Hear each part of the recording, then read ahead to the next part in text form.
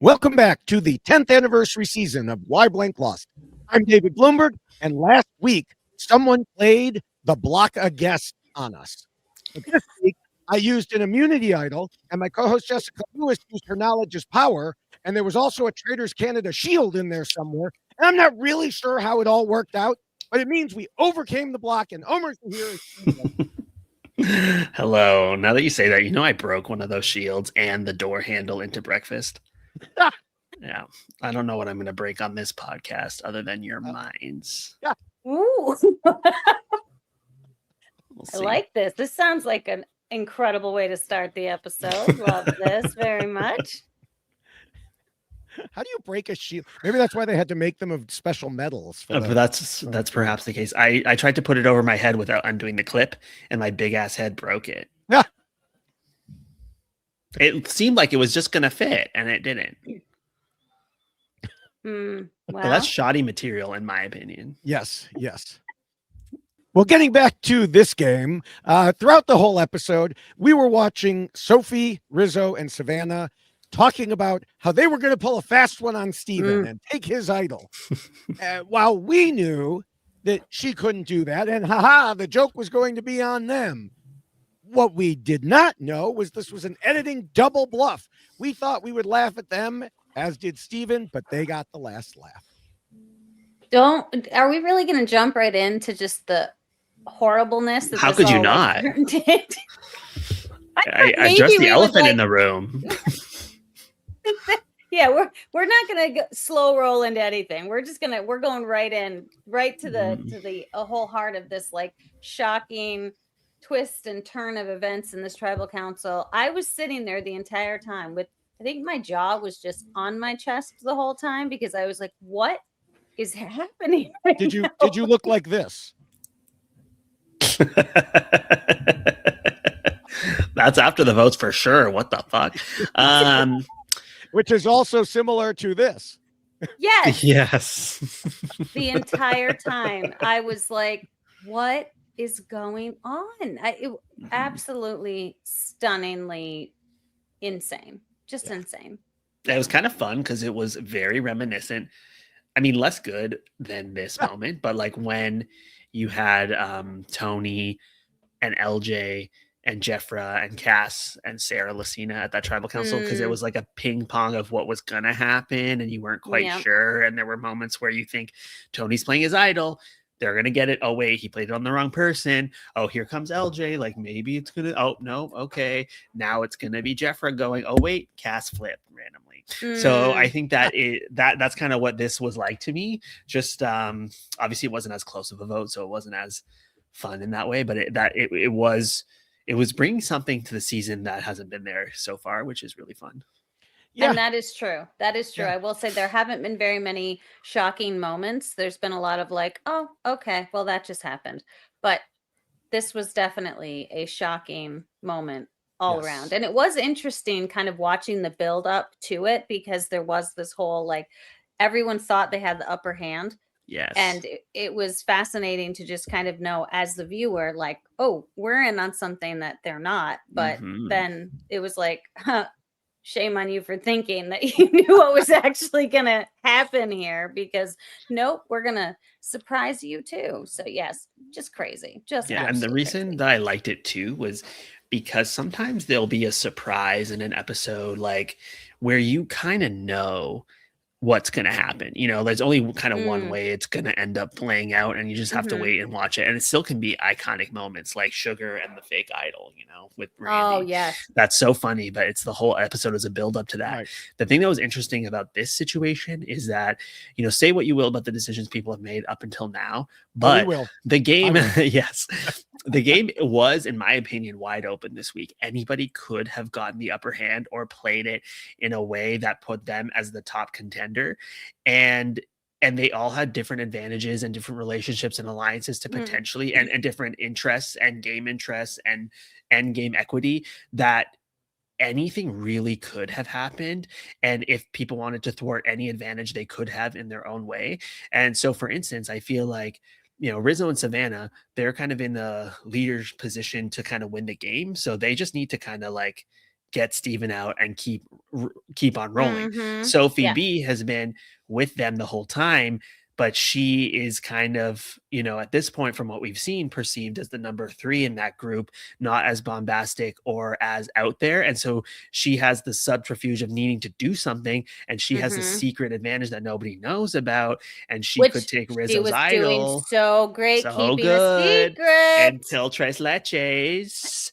Apparently you eat some delicious food with 2 other people and everything just gets tossed. All of the perfect gameplay that Insane. you've been right. Yeah, just you've lost your mind. You're like, oh, I look, mean, I've eaten food. Now to I'm be going to tell you fair, everything. to be fair, I've gone to visit my son in Texas, and we go to a Mexican bakery there, and they have some amazing Tres Leches cakes. So, And then And what does it just horrible make you mistakes did you make divulge all of your after? secrets? I ate too Right. much of it. That's the horrible mistake I made. I ate too much of it over and over again. Let me They have tell you different my flavors darkest too. secrets So, now. Yes. yeah, Mm-hmm. yeah. Oh, goodness. But yeah, I mean, there is a lot to unpack about all of this, from Mm-hmm. the actions of Steven to the actions of like everybody else. And this, of course, is, something that we've had to deal with over the past few weeks I'll tell Jessica, we got to wait till Appendix A. We got to wait till Appendix A. And, Oh, we're going to have a lot of that we can't, again. We can't but jump ahead. He doesn't yeah, let us jump ahead. that's right. But we have a way of handling it all. We'll follow our usual path of comparing Steven's game to the set of guiding rules for winning I originally wrote way back after season 1 and have been updating ever since. We will collect all of the non-spoiler information available to us from what we saw on TV interviews, social media, and secret scenes. And of course, the newest published version of the rules can be found at robhasawebsite.com/yxlostfeed and clicking on the bubble for Survivor rules. And remember, last week we determined that Steven watches this podcast, so he knows these rules. We should, we'll have to. I don't know. Do we grade on a curve, or we'll have to see. But even though I said we'll have to wait till Appendix A to mostly discuss these other players, there are some other things before we get to Steven and the rules. And I do want to start with something that you guys were already talking about a bit. Jessica's winner pick, Sophie. Oh, because she's still there. yes. With what happened in this tribal council, I think her chances of actually pulling off the win sank very, very low. Okay, listen, I tend to agree, and sadly, I tend to agree. I was trying to convince myself today that there is a world in which she could still pull it off. Well, there's a world. I'm just not sure what world that is. Well, Where was and that in maybe your this tagline? is maybe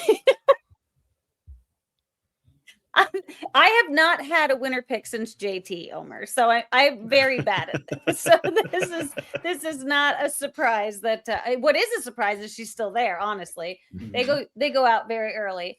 But I was so, I even said it in our predictions last week that like I was like rooting for her like hardcore. Like I just want her to do the right thing. She hasn't told anybody about the knowledge is power, which is what gives it power, which is amazing. And of course, you hear Rizzo say that exact thing. That's the one you don't tell anybody about. And it's like, ding, ding, ding. Yes. Why all of a sudden she had a few bites of delicious food and then was just like, hey, by the way, I had this thing that I found. Let me share everything with you. And then it just was like all downhill from there because it was painful. It was painful to watch. I wanted so badly for her to go, yeah, so Rizzo, just give me your idol. And no, because she knew that Rizzo's idol was still good one more week. So all of it, just all of it.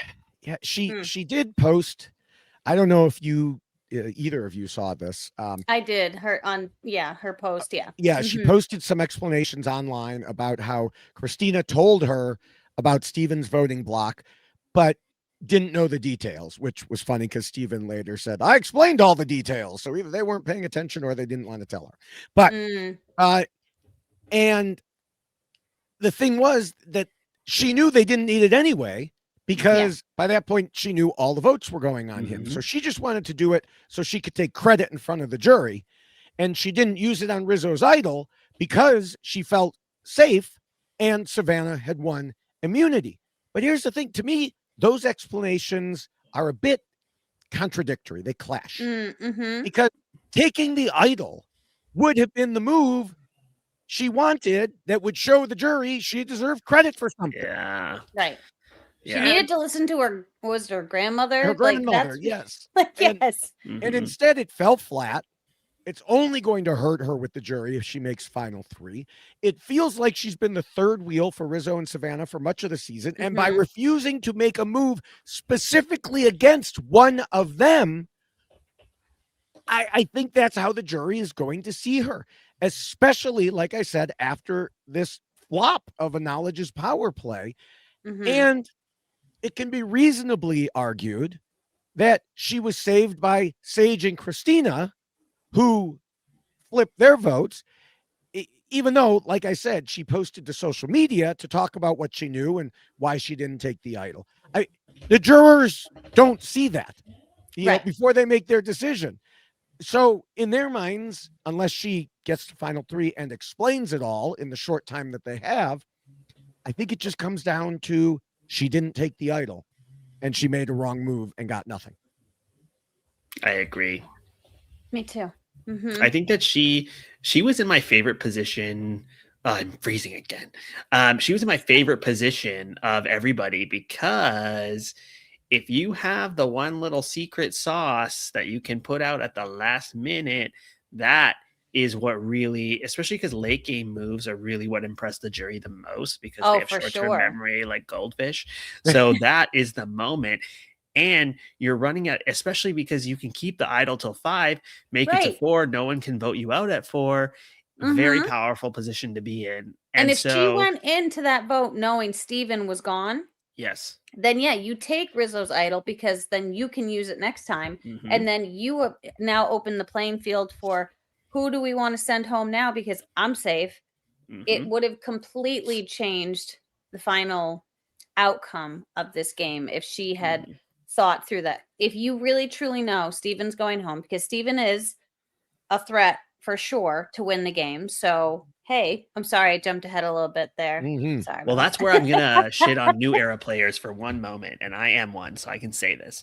But I think actually, you know what? This started in the resume era, which is really starting in the 30s, where now people think that you need to do something that is just for the move or in front of the jury. Mhm. But if it's Right. not actually impactful, I feel like it's an insult to their intelligence. If I'm sitting there and you think that stealing Steven's advantage when he's going home 5-1 is Mm. going to make me give that credit to you, that's like, it's insulting because that's not actually what made the difference. The Right. same Right. situation with, and I love Wendell, one of the most deserving winners of all time.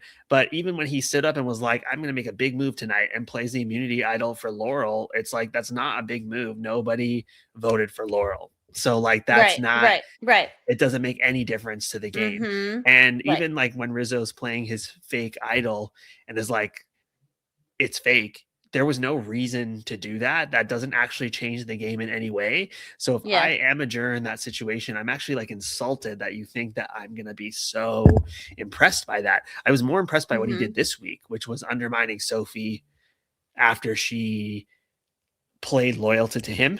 And then he was Yeah. like, Mm. I'm not going to play that game. Yeah. And Sorry, in front of girl. the jury. Yeah. Yeah, exactly. So that I feel like was more impressive in terms of like jury, at least for me. I mean, I can't speak for whatever everybody else would want, but I would Mm. look at the previous move and be like, that's disingenuous and insulting to my intelligence. Whereas Mhm. it's kind of like, and I love Romeo, but when he stood up and is like, I had an idol, and then he's like, and it was fake and nobody knew, but it's like everybody knew. Like that's like nobody cares, like that doesn't make any difference to the Right. game Right. whatsoever. Right. Yeah. Mhm. Yeah. And No, that's, makes that sense. Rizzo is the next person that I wanted to talk about because we talked about him last week.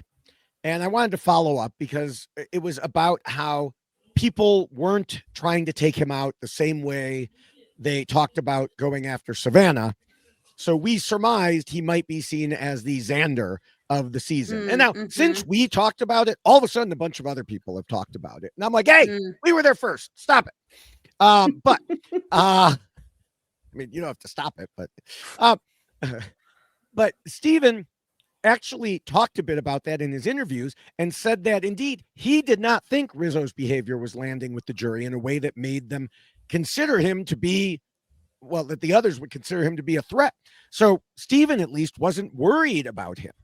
I've already seen some viewers commenting that they don't understand how that's possible because Rizzo has driven so much of the strategic action. And Stephen did acknowledge that, but he acknowledged that he didn't see that because it happened privately. Remember, the jury hasn't seen that either. So if Rizzo makes it to final three, he's going to need to invest a lot of time and energy to ensure he gets that story across, or the jury will just see him as the goofy kid, even though we have seen like him planting these seeds like, hey, Jawan, Alex, he's really a problem. Right. Hey, right. Sage, Steven, he's really a problem. You know, we see him planting these things and then they happen, but he needs to take credit for that somehow.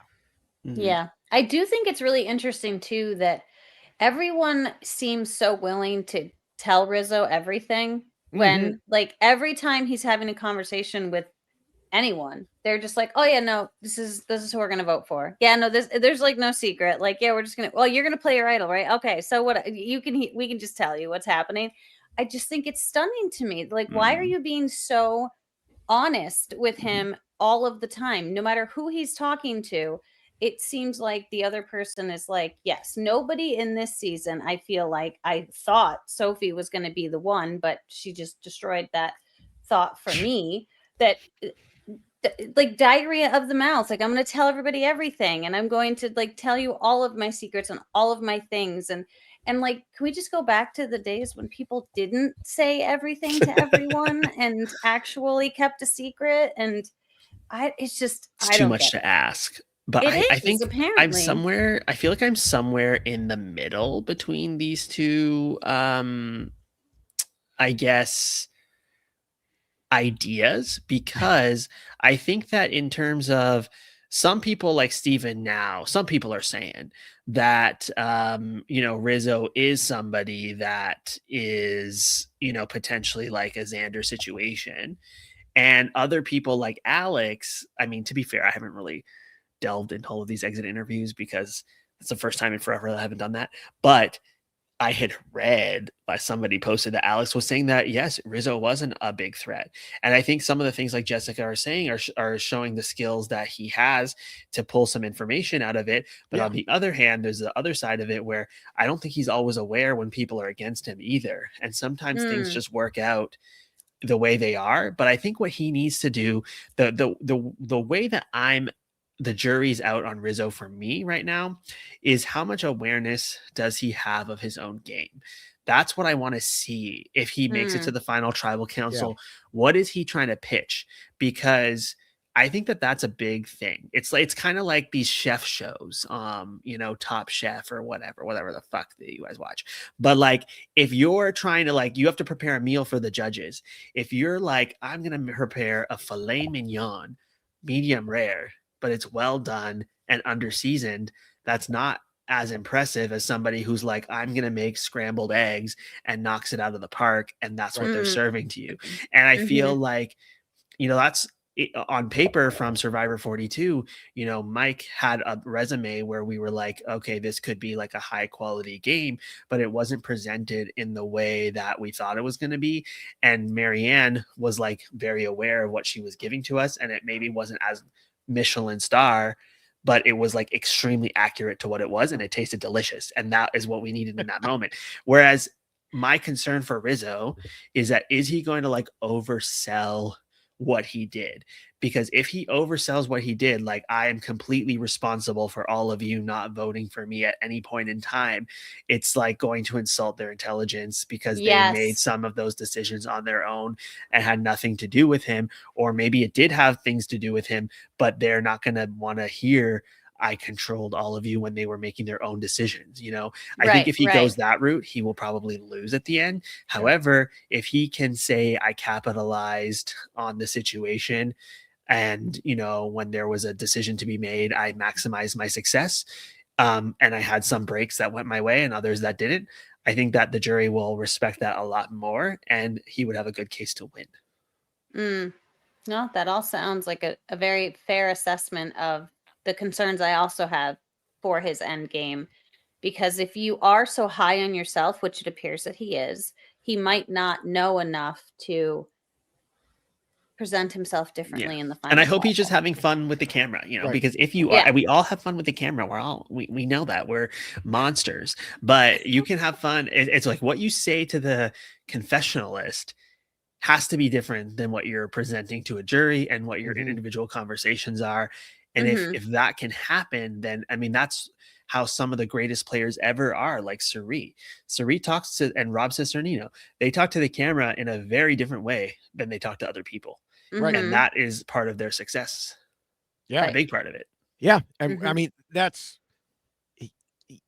I was impressed that he was able to keep his Riz God persona only to the confessionals, you know, but more and more of it is coming through, even though he doesn't call himself that.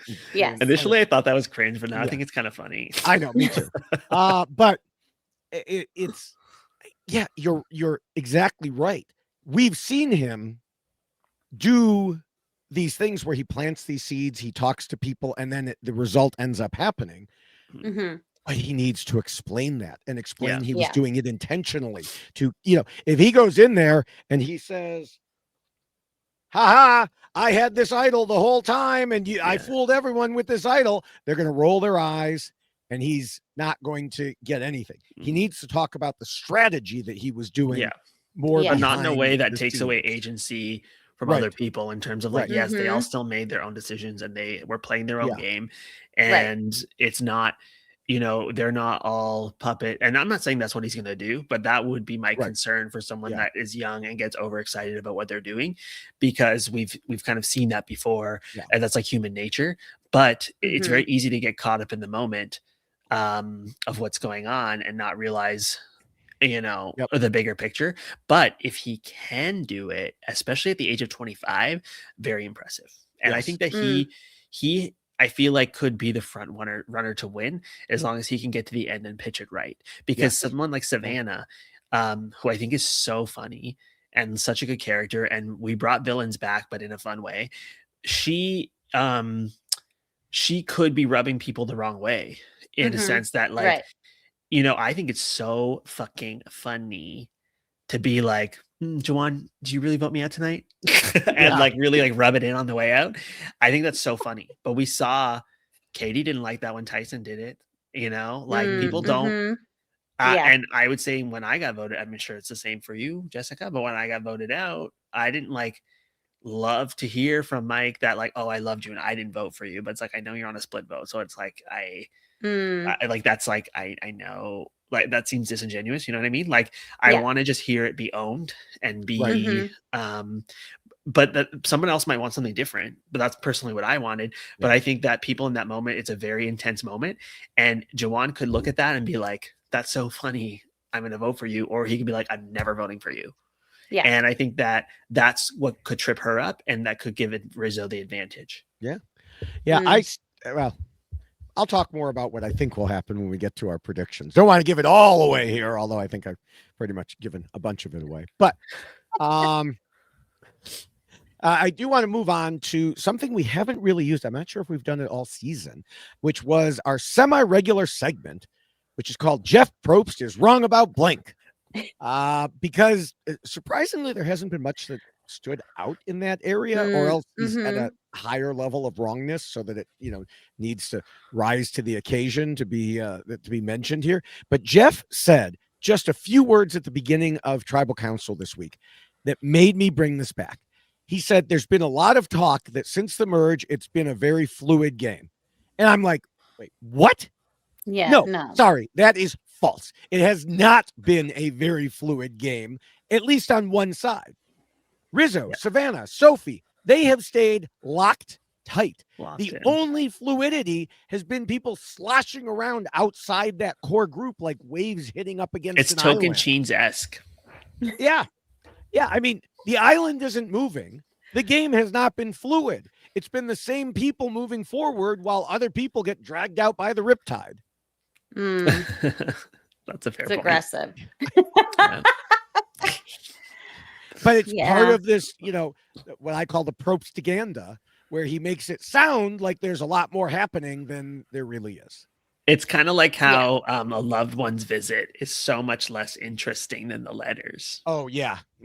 Right. Yes. Which he said for those who didn't hear, on the On Fire podcast. It's like, cheaper. It's certainly cheaper for you. It's definitely cheaper for And sure. he was talking about they get to see their handwritten letters. Yeah. Or they could see them. Right. Yeah. Yeah. And can we just talk for a moment about the handwritten letters? Because there's been a lot of discussion about Blue Sophie becoming Soph and how that was frustrating to both her because she wasn't Sophie anymore. And there's been a lot of discussion online about her name being Soph and her basically losing her identity through no choice of her own. And then the letters she's reading, it's written to Soph. Well, I think Jeff got it and used his liquid paper. That's what I was think happened. stunned. I was Actually- like, wait, what?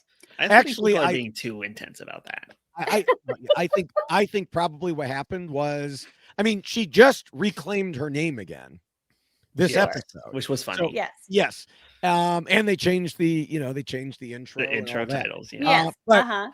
But I think probably what happened was whenever they had those letters written, which was probably, a week ago or something, by that point, she was known as Soph. And so production was like, you have to address this to Soph so it's not confusing. No, I don't think so, because they write those letters, spoiler alert, like basically right away. So it wouldn't have happened yet. And I don't know. I feel okay. So I would say then this I'm as back somebody, to the liquid paper theory. Yeah, the liquid paper. Yes, I will say this as somebody who lied about how my name is pronounced for years because it was easier. So I don't mean to like erase identity or anything like that. But I feel like if Sophie doesn't care, then I don't think that everybody else should be jumping down everyone's throat. So, however, Miami Sophie was the way to go. Yes. Yeah. Speaking of your name, so you at one point told me it is pronounced Omer. Is that correct? Omar, yeah. Okay. You didn't correct the host of the Traders Canada. No, but Kara did. And they apologized on the way out. But, it is, what though, I will say, as somebody of a different ethnicity in grade school, when they're like reading out the attendance list and then they spend like 5 minutes on your name and it's really awkward, you'd rather just let it be, and that gets conditioned over time to the point where I went through all of vet school doing that. And then when I was like starting my internship with some of my classmates, I was like, I'm going to start fresh now. And then on the first day of that job, I was like, my name is Umar. And they're like, what? You've been lying to us for 4 years? And I was like, yeah, get over it. And that's Soph and Miami Soph now. Miami Sophie is the way to go, in my opinion. It's Miami Sophie and Segretti. That's what it should have been.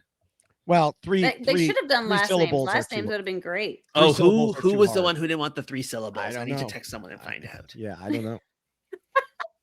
So fill us in. Yes, you can filibuster while I text message my contact. Well, while he does that, do either of you have anything or anyone else you want to discuss before we move to the rules for Steven? Yes. Okay.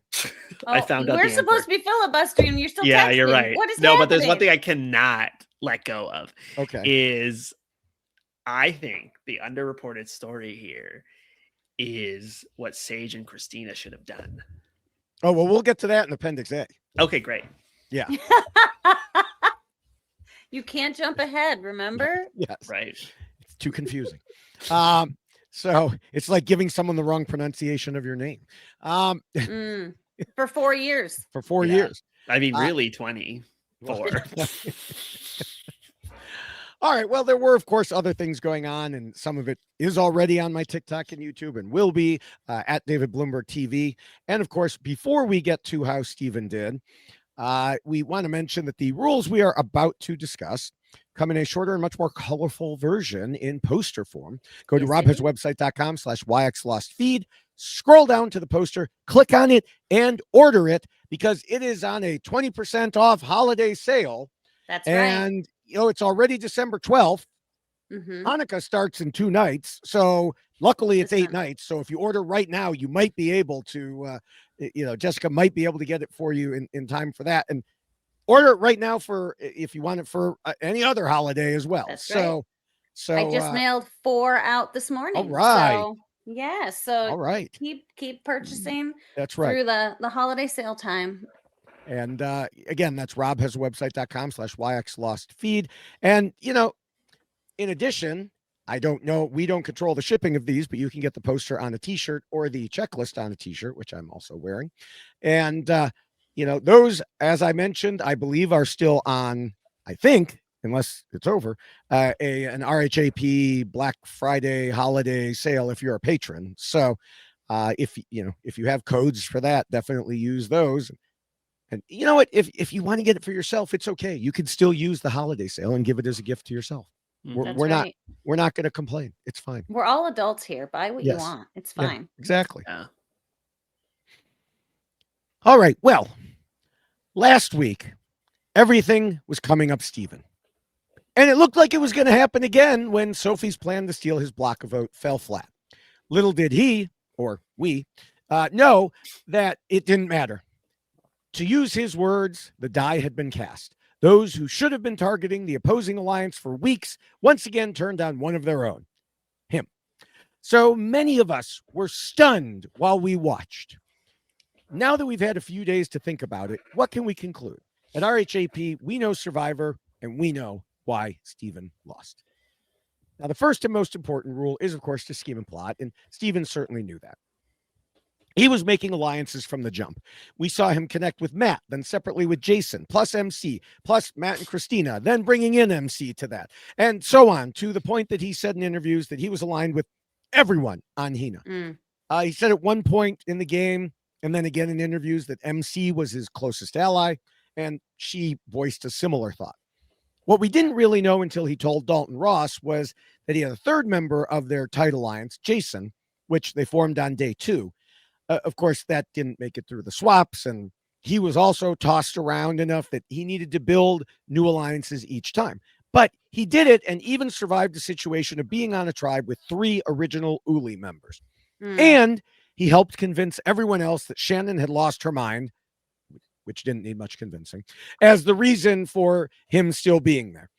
Then, according to his interviews, he pretended to not be working too closely with Sage and Joanne to keep suspicion off of them all.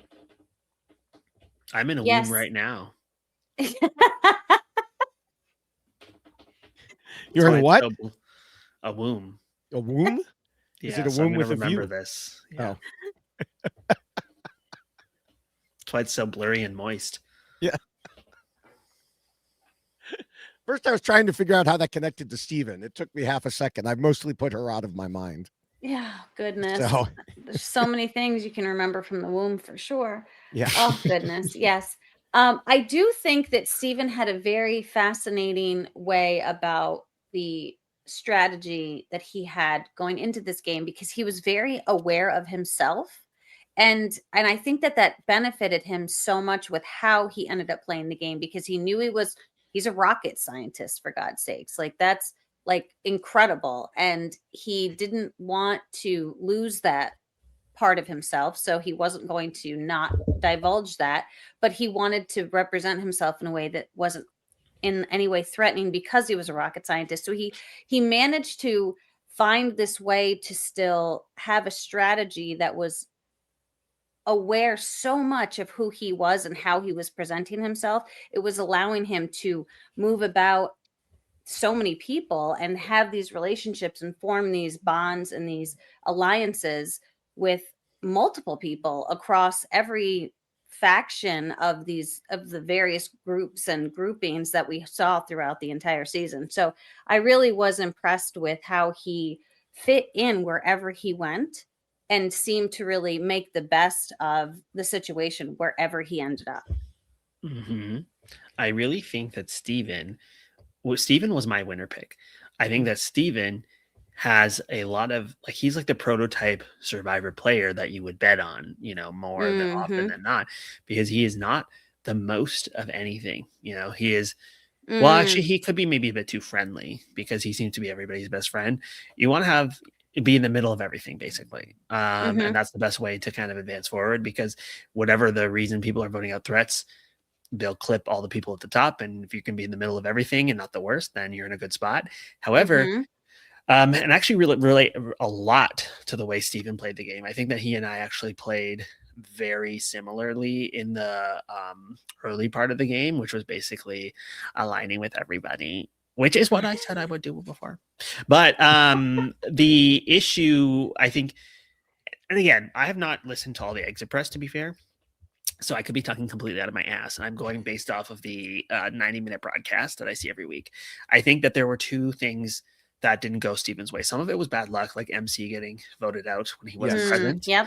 Mm-hmm. However, I do think that sometimes he went a little bit too much with the flow of where the game was going rather than directing the flow himself. And that led to Interesting. people suboptimally going home or going into votes that were not necessarily in his best interest. And I think that the key point, in my opinion, where he lost the game was final 7. We can't jump where- to the key. You can't jump. We've got like an hour and a Oh. half of podcast left. You can't make your conclusion now. Okay, well, people to will be turn it off. continued. Yeah, I think he made the wrong decision at 7, and that is. But I think overall, I would give his game an A. Well, it is interesting you bring up those things because, at Split Tribal Council, he lost his number 1 in MC. And I have talked before about what a terrible decision that was for everyone involved, unless your name was Rizzo. But of course, Steven wasn't involved. Like you said, he had no control over that. But after that, there were a number of situations where we have criticized voting decisions, which have led us to the point we got to this week. And I know what you're saying about going with the flow. But I'm trying to consider how much his own previous choices played a role. But he was often in a situation where he was almost held hostage to the bad ideas of others. Because And at there's least so many bad ideas. at least once or twice, he wanted to make that move against Savannah, but the others refused to do it. And you can't do it yourself. Like last week. So he explained, and this is, from his exit press, he was talking to Mike Bloom, and he said that with the way other people were voting, if he really wanted to take a stand and try to vote out Savannah last week, he would have had to play his voting block just to make it a 3-3 tie. Mm-hmm. And then he might not survive the tie. People could be like, no, that's not the way we're voting. Goodbye. Mm-hmm. And so in his mind, why would he go up against everyone, including one of his tightest allies, just to get an undesirable result when he could go along, move forward, and hold on to his advantage? So I just, it's hard for me. I have tried. I looked at the different things, and maybe there's some options I have missed along the way because it's been so many different decisions.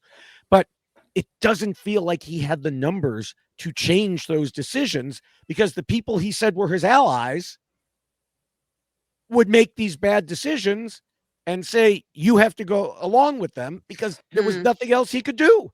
It's not like he was going to suddenly just jump over with Rizzo and Savannah. That option was closed.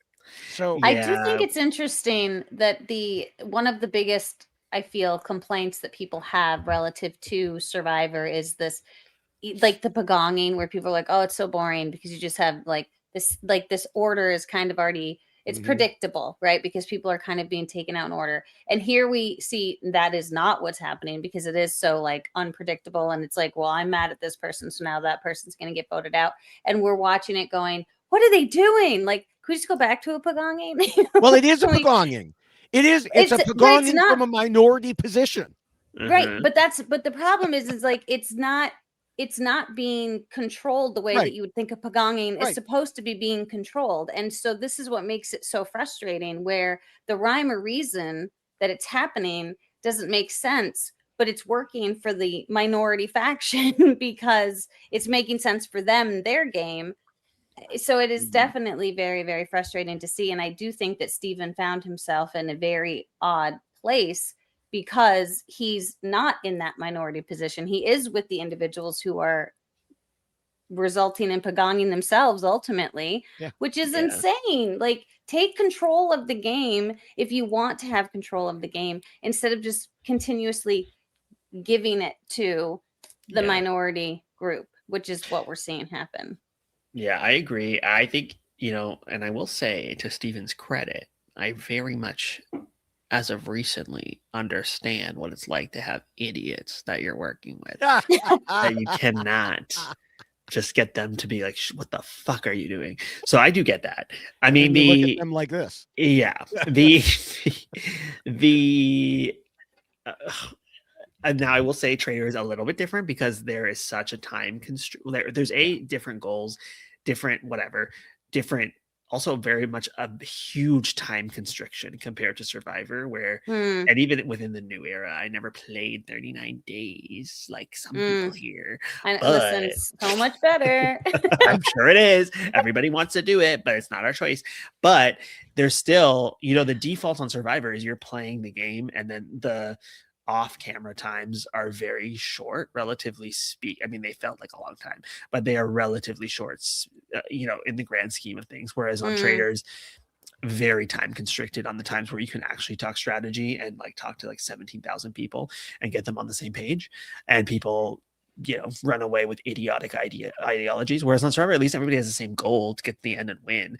But so I will say, there's sometimes certain things that your allies will do that you cannot help, and I get that now more than ever. However, we didn't really see a lot of trying to vote out Savannah there, and I think where does the mistake go back to? Is if we're really tight with Sage and she refuses to budge on it, I think there's always a way to try to get them to see what's better for them. And we didn't really see that, but it could be that it's just to make the final edit. And the other thing is, I feel like Yellow Sophi Segretti, her relationship with her Hina tribe was not good and really fell apart. And where was and is that on Steven? Is that on Christina? Is that on MC? That's fair too. Where did that relationship fall apart? Because she was a key vote that was necessary. And from Steven's position, if he's going to have a group of three, like Rizzo, Savannah, and Sophi B, which is like a three-headed dragon in the final 7 with a known idol, and then you're going to go down to 6 with 3-3. I get that with your steal a vote situation. However, then you're also in there as clearly the biggest threat, whose idol, her advantage played the right way, whereas people were already threatened by Sophi Segretti. So if you can have her there as a buffer, that offers a lot more flexibility, I would say. But if he fully tried to do it and it just couldn't work because of who he's around, then we give him a pass on it. I mean, obviously, we can't know fully, and I suspect what you said there is correct, that they tried, or he tried, others tried, and it just didn't work. I mean, it was clear, and we talked about this, that Sage in particular was making a very emotional decision there. And from the traders and everything else, once emotion starts playing into it, good luck talking someone out of it. Yeah. And we saw that she was rationalizing and coming up with reasons that it made sense strategically. But that was after she had already made up her mind emotionally. Right. And so I have a hard time blaming him too much. Like, how do you force someone to change their mind? You could talk to them about logic all day and all night, but there are some people who are not susceptible to it. Look at social media. I mean, you can talk, there are people there who look at our government, I mean, so Jessica's a registered Republican. What are you saying? I'm kidding. I'm kidding. Please rumors. Do not spread rumors. So, it's I wasn't speaking of any one particular part, as far as you know. And I'm just saying that, even in these game situations, you cannot always convince people that the right idea is the right idea. And Yes. again, even on your experience with the traders, we're still seeing it after you're gone. Well, You know, I mean, they're voting out people who there's no reason to vote them out, and yet even no when they're amount of right, logic. they're right for the wrong reasons. It's Yeah, so right. embarrassing. Yes. And so yeah, and yeah, that's a whole different other podcast. But so that, you know, getting back to this podcast, I guess, you know, we get to this week, and Steven thought he was good. And as he said in his interviews, taking out Sophi seemed to be the best and most logical path for himself, Sage, and Christina. But he does acknowledge here he had a blind spot in presuming his allies wanted to sit next to him in Final Three, the same way he wanted to sit next to them. Mhm. And that is a key that even Jeff Probst brought up on his On Fire podcast, that to get to the end with a 3-person alliance, everyone in it has to believe they at least have a good chance of beating the other two, while also recognizing that the other two also believe they have a good chance of beating you. Right. So right. you have to think you're the commander here. You're the one who knows, and they're being fooled while knowing that they think the same about you. And he did not realize that Sage didn't think she could beat him, which of course logically meant, according at least to her, that she had to take action against him. Now, I hate to do the whole Appendix A thing, but we'll evaluate, you know, our thoughts on what she was thinking when we get to that point. But the key here is that she made a move he didn't anticipate because of the way she was looking at the game compared to how he was looking at the game. Yeah. And I think Steven is a very humble, nice guy. Yeah. And I think that it is sometimes hard. I think that people like that can underestimate themselves a bit too in the eyes of others. Well, he even talked And, about having, you know, a bit of imposter syndrome being out there. Yeah. So relatable, King. I mean, that is why, like, I literally never thought that Marianne could ever think that I was a bigger threat than Jonathan or Mike. Like, yeah, sometimes you are just blinded. Even if you can see everybody else very clearly, sometimes you really need to be able to see yourself, for better or for worse. Yeah, for sure. All right. Well, we can move on to the second rule, which says not to scheme and plot too much and to keep your scheming secret. We just talked about, you know, in the first rule, how Steven said in some interviews that he purposely voted the quote unquote wrong way. I don't know if I mentioned it there. It's somewhere earlier. I talked about him trying to avoid his, the Alex vote, right? Yeah. Tried to avoid showing that he was working as closely with Sage and Christina. But so, yeah, he was, you know, trying to hide that. So he voted the wrong way. Jessica, did you see other things he did or didn't do that helped or hurt him in this rule?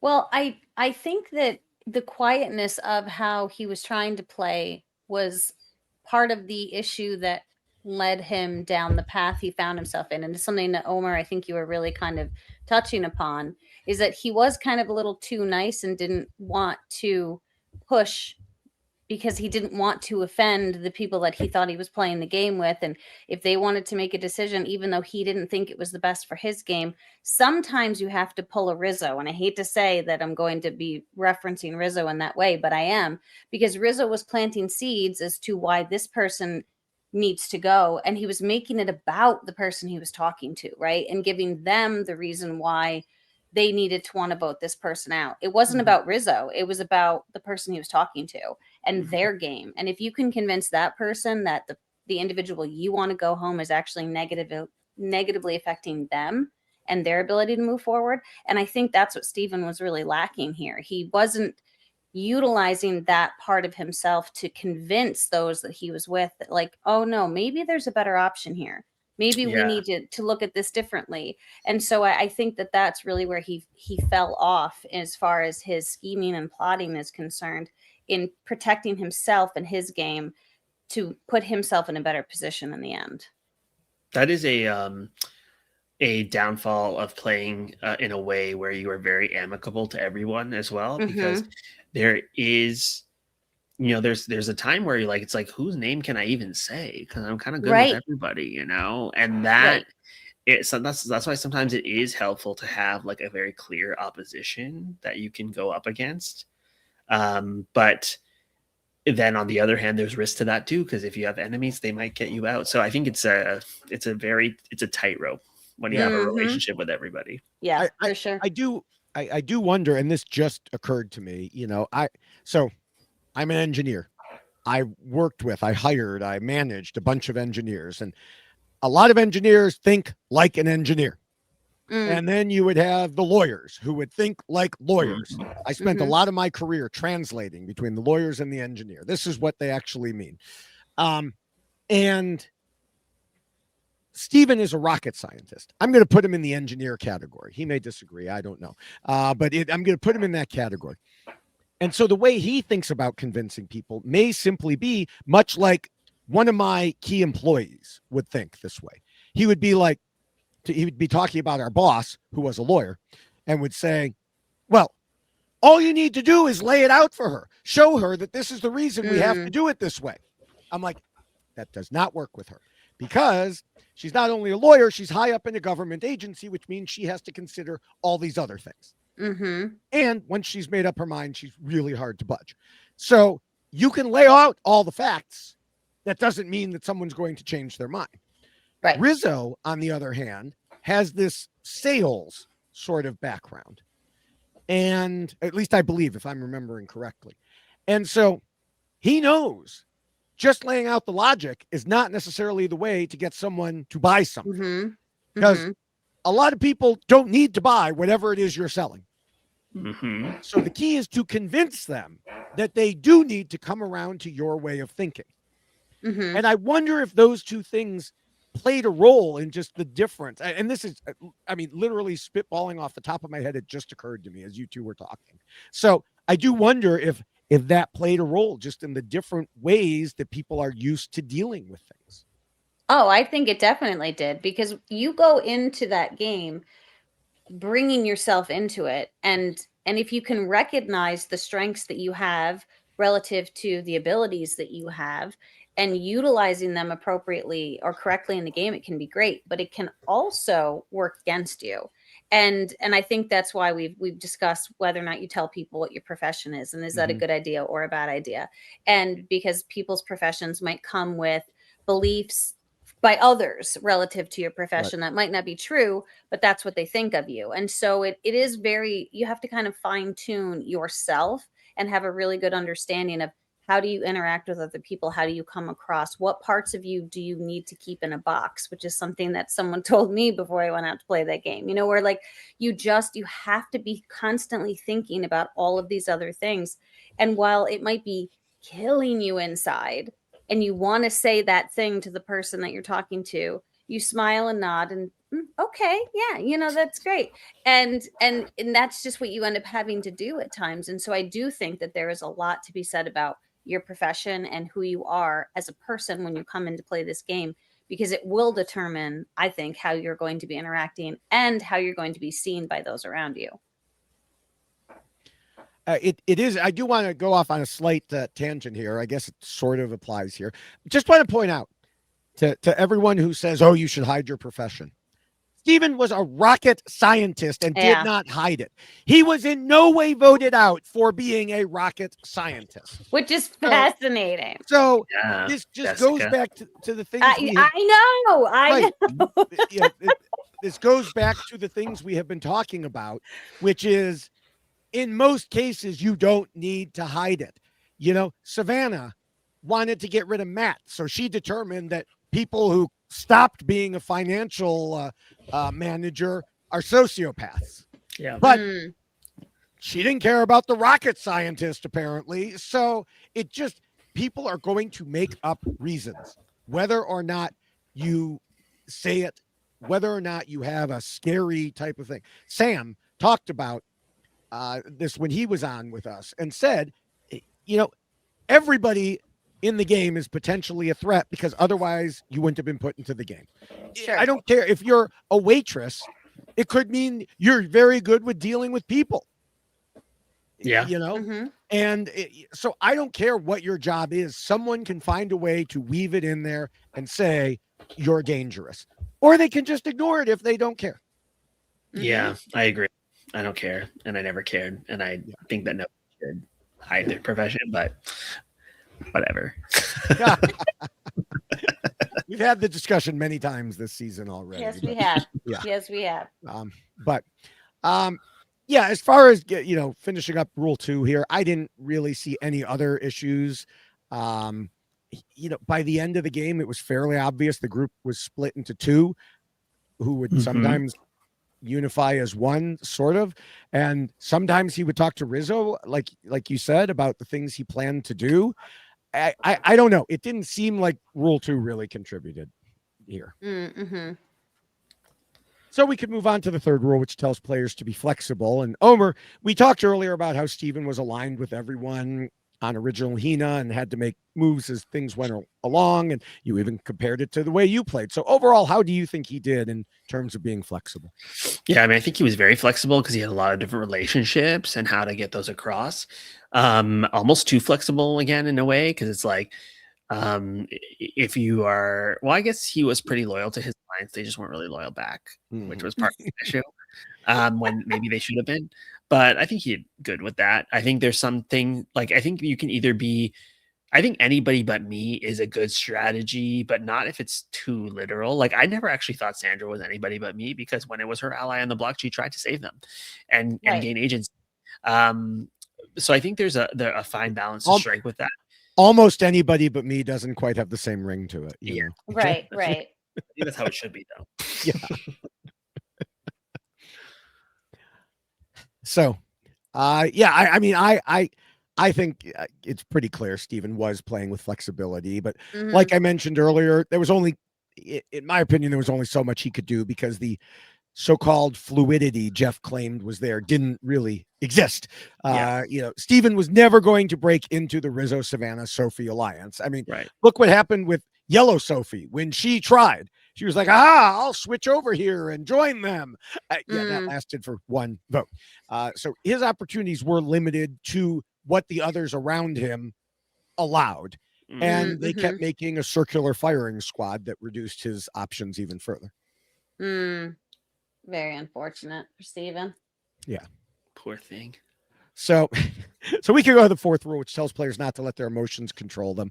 I really don't think Steven had a problem here at all. I think aside from Savannah, he may have been the least emotional player there. Yes, he showed that he was happy to get rid of Yellow Sophi at the start of the episode and get his revenge. But from what we saw, I don't think he made the decision for that reason, in the same way that I've already mentioned that Sage did. And indeed, we in rule 1, we talked about how he was kind of stuck, or at least I said he was kind of stuck and couldn't make any other decision. He seemed to stay focused on the strategy of the situations he was in. Yeah, I really would agree with that as well, that he found that a good balance in that regard and was really very game oriented while being nice at the same time. So I don't think he was looking at anything from a particular place that made it emotional. And I think working with someone like Sage was probably very frustrating because she was so emotional, and you have to try to balance how you're going to interact with that person.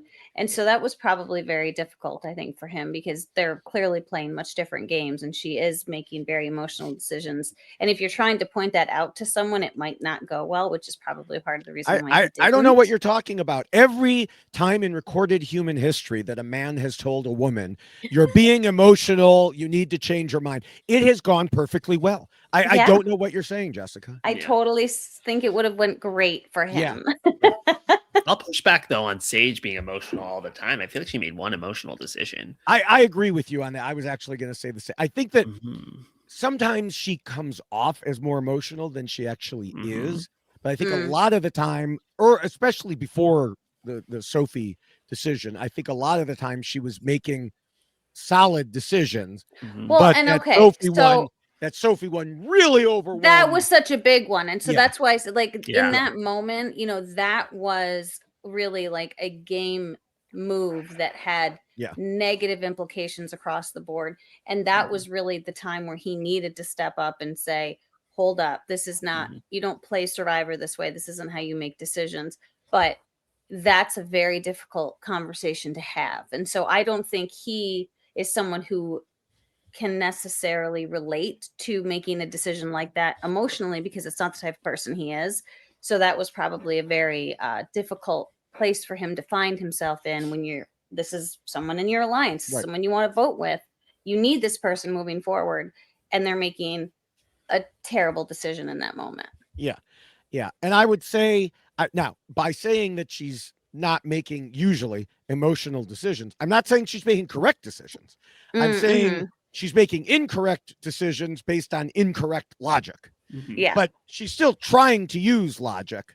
It's just, it's kind of like when you watch Star Trek and you've got the Vulcans and they always base everything on logic. And yet somehow one Vulcan makes this decision, another Vulcan makes that decision because the logic can change depending on how you look at things.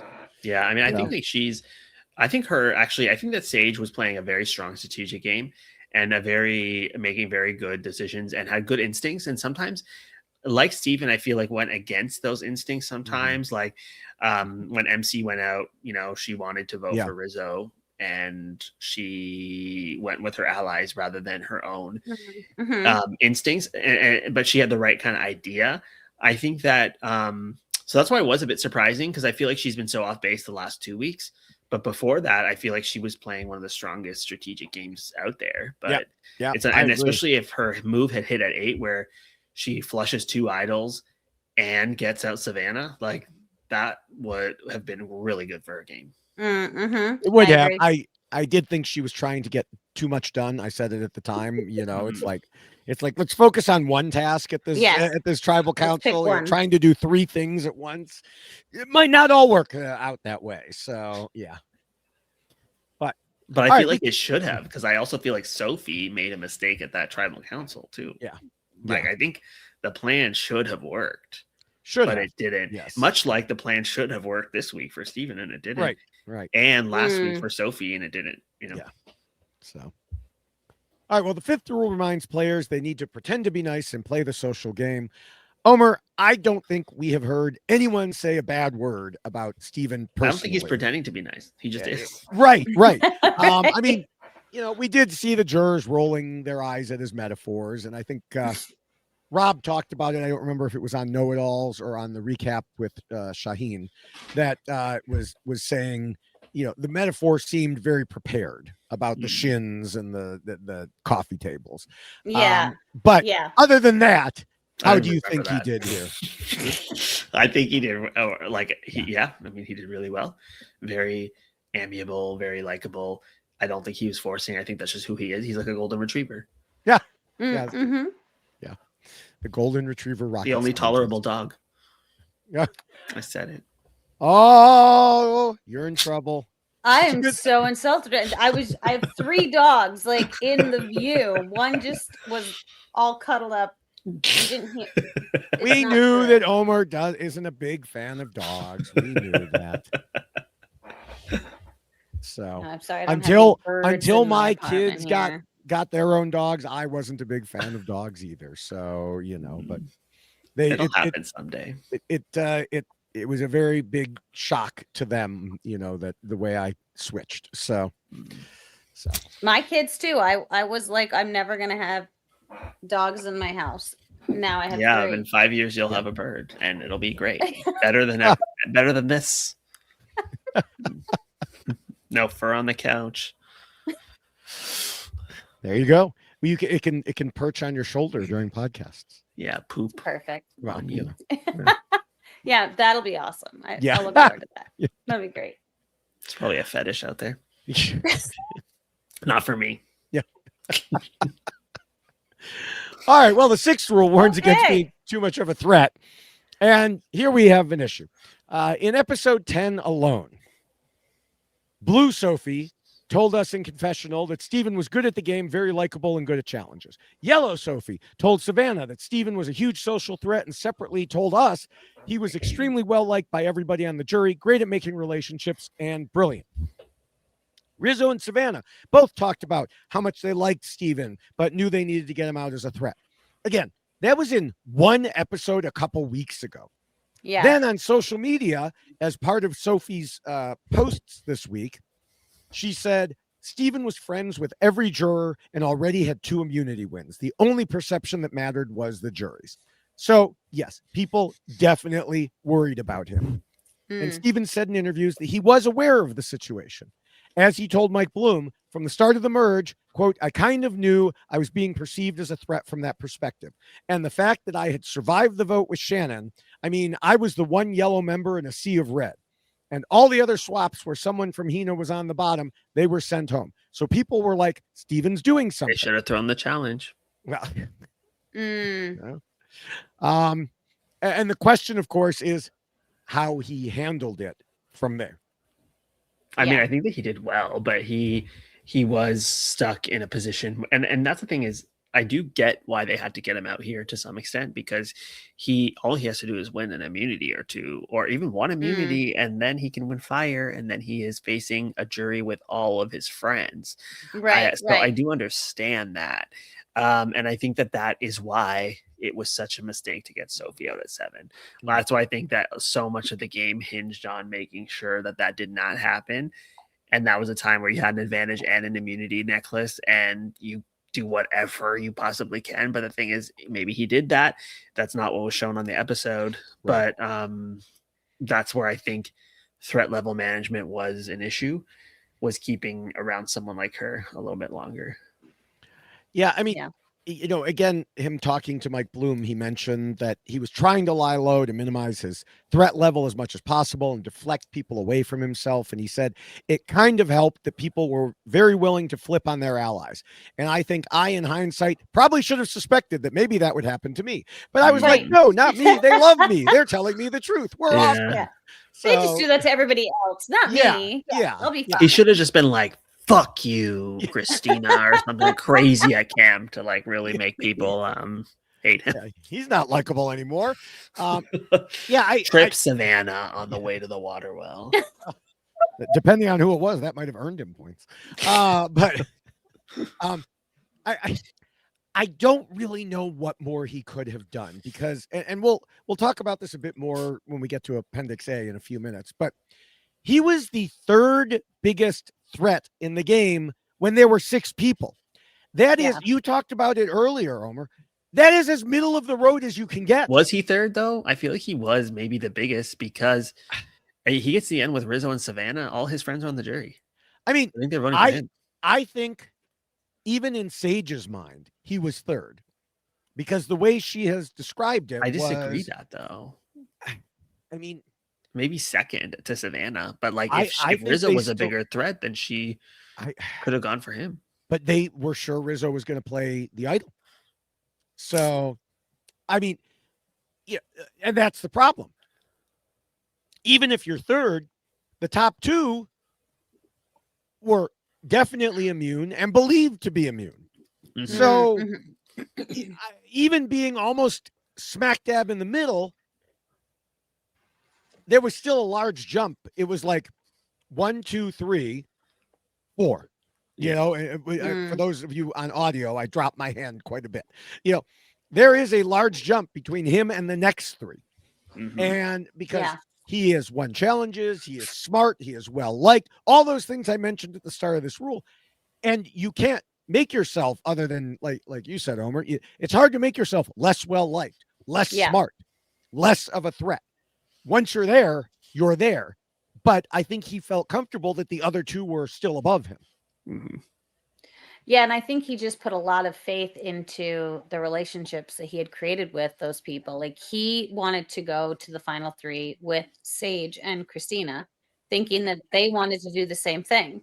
But they're playing a different game than he's playing. And if they're viewing him as being better at the game than he is, and that he will beat them in the end, well, they're going to rework the configuration and how they're going to get there. Mm-hmm. But in his mind, he's like, oh, they're my allies, and we all want to go to the end together. And unfortunately, you have 3 people on the other side that are doing the same thing, who want to all go to the end together. And it appears that they actually all want to go to the end together after eating Mexican food together. So that was kind of, solidified for them. So it's an interesting spot for him to be in, because I think he just put so much faith into those people that he was working with, and thinking that we all have a common goal in mind, and that's all three of us get to the end together, which unfortunately they wanted to win. They did So not. Which is why I actually think the best move for Miami Sophie is take the idol and vote out Steven anyways. Then you have it but for that's 5. right. That was but that was my prediction. Actually, I forgot to say at the beginning of the podcast. I sort of got my prediction right, in that I predicted Steven would go. I didn't predict the way it would happen, but I did predict that she would take the idol and vote out Steven. That's exactly what I thought would happen.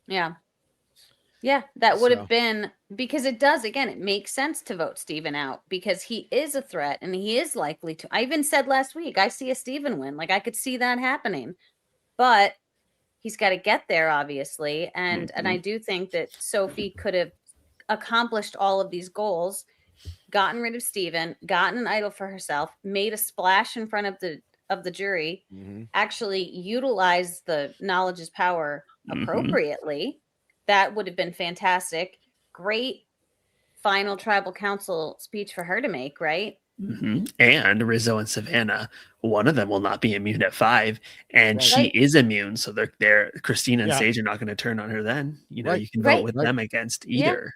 So missed opportunities. Very big missed opportunity for sure. All right. Well, the 7th rule covers idols and advantages in game mechanics, and of course, Steven had his advantage and had interactions with people who have or had other trinkets. Jessica, what did you think of how he did overall in this rule? Well, first, I just want to complain about how this advantage works. Let's just start there. I'm not going to complain about Steven. I'd like to complain about the fact that you use the advantage in a confessional, and then that's it. That I have now made my announcement of who I'm going to be blocking a vote on, and now that advantage is no longer. I think that's a little bit strange. I don't love that. I think cool. You had to plant something in their bag, like it's like a cursed thing or something. A cursed shield, like if you had to give them a cursed shield or murder them in plain sight or something like that. It to me, it's just a strange way to have an advantage. It's a little bit manufactured drama. Yes. Well, and that's exactly what they wanted, was manufactured drama. Right. That's what, didn't Jeff talk about that? Like he wanted it to be a dramatic thing, when all of a sudden it was like, oh, look what happened when no one was looking because they were in a confessional and no one's allowed there except that person. I personally don't mind it because it has an upside and a downside. The upside is knowledge is power.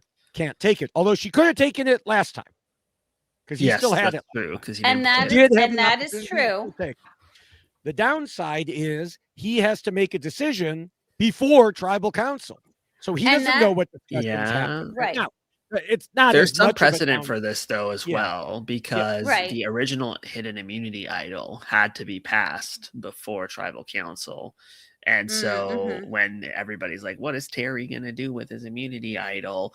Is he going to give it to Austin? Is he going to give it to Sally? No, because he had to do it before tribal council. And that's why he also would never play it on Danielle when it's her versus Suri, because if he gives it to her, then they could just turn around and snake him. So that there's precedent to that to some extent. I do like that advantages can vary, but what I didn't really particularly, because then, you have to be on your toes. But what I didn't like about this, and what I don't really like about the way power has been done before, is that I feel like it got put into the game in 41 and 42 and here as well, where there's extremely public hidden immunity idols, that is just, if it's knowledge is power, then there has to be some skill in finding out who has an idol. And the way that they have it's like they are waiting for that moment, because they have made it almost impossible to not have an idol be public. And in the same vein as this, they know they're injecting that into the game, and then you are gonna trip them up because of the way that this one is played. Like, it just seems like an intentional thing to do that. And I think that makes it less interesting. But in general, I like the variety. Yeah. And I do appreciate the variety of it, but I also I feel like it takes away the player's ability to utilize that particular advantage in the way that it's supposed to be used because of the rule that's in place that the player doesn't know about, right? Like Sophie doesn't know that she's not going to be able to take Steven's advantage because of the manner in which it's played. And that, I think, is what makes it lose its luster for me, is that the players don't even understand how these advantages work together. Well, you might say that if she had knowledge, she would have had power. Which is why I don't think it's like, I don't think we can hate on her for that. Oh, no, we can't. No. We I think definitely it's more that she shouldn't have taken his anyways. Right. Exactly. And that's the thing. Made the wrong so choice it's like, to begin with. Steven, as far as Steven with the advantage and everything that he did with it, I think he did a great job. I loved that he kind of leaned into the idea that Rizzo thought it was something close, but a little bit different. I thought that was really smart as well. And I do appreciate the way that he was during the tribal council when this was all happening. So I think overall he did a great job here with the advantage he had and the way that it was to be played, because he's also following the rules that were created in relationship to how it was played. So overall, fine for him, but I don't love the way that particular advantage was put into the game the way that it was. Agreed. Yeah. Now, one problem in this rule is not related to his advantage, but rather the bigger issue was he believed Rizzo's lie about the immunity idol expiring at final 6. And he told Mike Bloom, I had no reason to believe that it didn't expire at 6. When I read that, as Obi-Wan Kenobi once said, I felt a great disturbance in the Force, as if millions of voices suddenly cried out. And those voices were all the fans and analysts saying, of course there was reason to believe it didn't expire at 6, because they've been expiring at Final 5 for so many years now. This is a complaint we and others have repeatedly made. Jessica, I remember us complaining on Heroes, Healers, and Hustlers about idols going all the way to Final 5 and then Final 4 fire making, so that there was, you never had to make yourself susceptible to an actual vote. I truly cannot believe that they all fell for this and nobody raised this as an issue.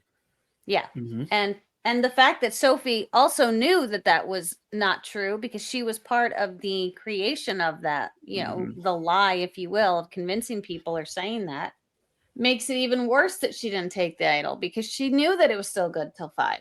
So yes, I also do gave agree. him a move, you know, like gosh, it's so bad. Oh, it's so bad. But we're talking about Steven. I'll go back to Steven. Sorry, Sophie, you're my winner pick. I really was. She's been great TV. It's just unfortunate. She has been. Little fumble. That's all right. Yeah. But yes, the fact that he bought into that, I was stunned as well, because they've been going to 5 forever. Yeah. And you know, now one area where Steven was right about the idol was, as he told Mike Bloom, if he's going to play it, he's going to play it for him, either himself or Savannah. I didn't see a world where he would play it for Sophie. And I think Steven was on the money there. Was, you know, Sophie tight with Rizzo and Savannah? Yes. Was she as tight as Savannah? No.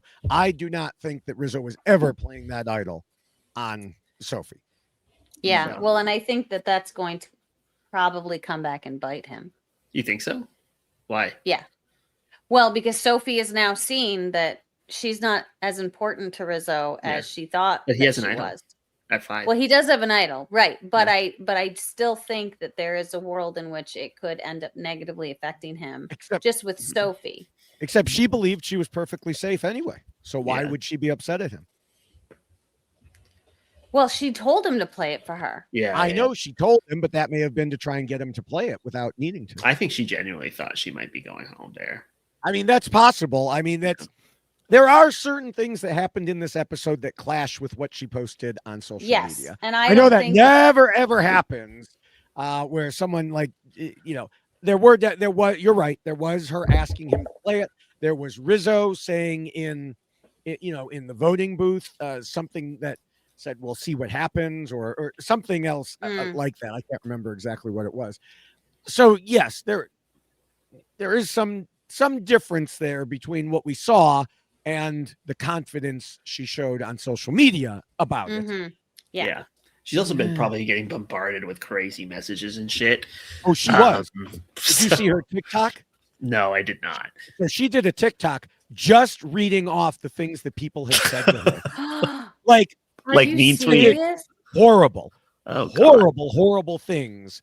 Like related to just horrible things that, oh my God. Everyone needs to calm down. People need to just get off social media then. This is crazy. Yes. Yeah. Like Crazy. just relax. Yes. My gosh.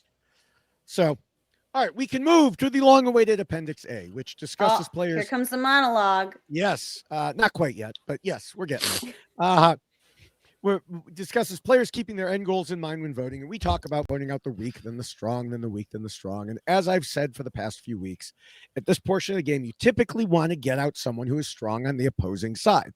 Now, last week, we talked about the emphasis of the opposing side part, and it seems like we're at that issue again. But I think there's actually a tug of war here between getting out someone strong and getting out someone on the opposing side, because the top two strong threats, Bless you.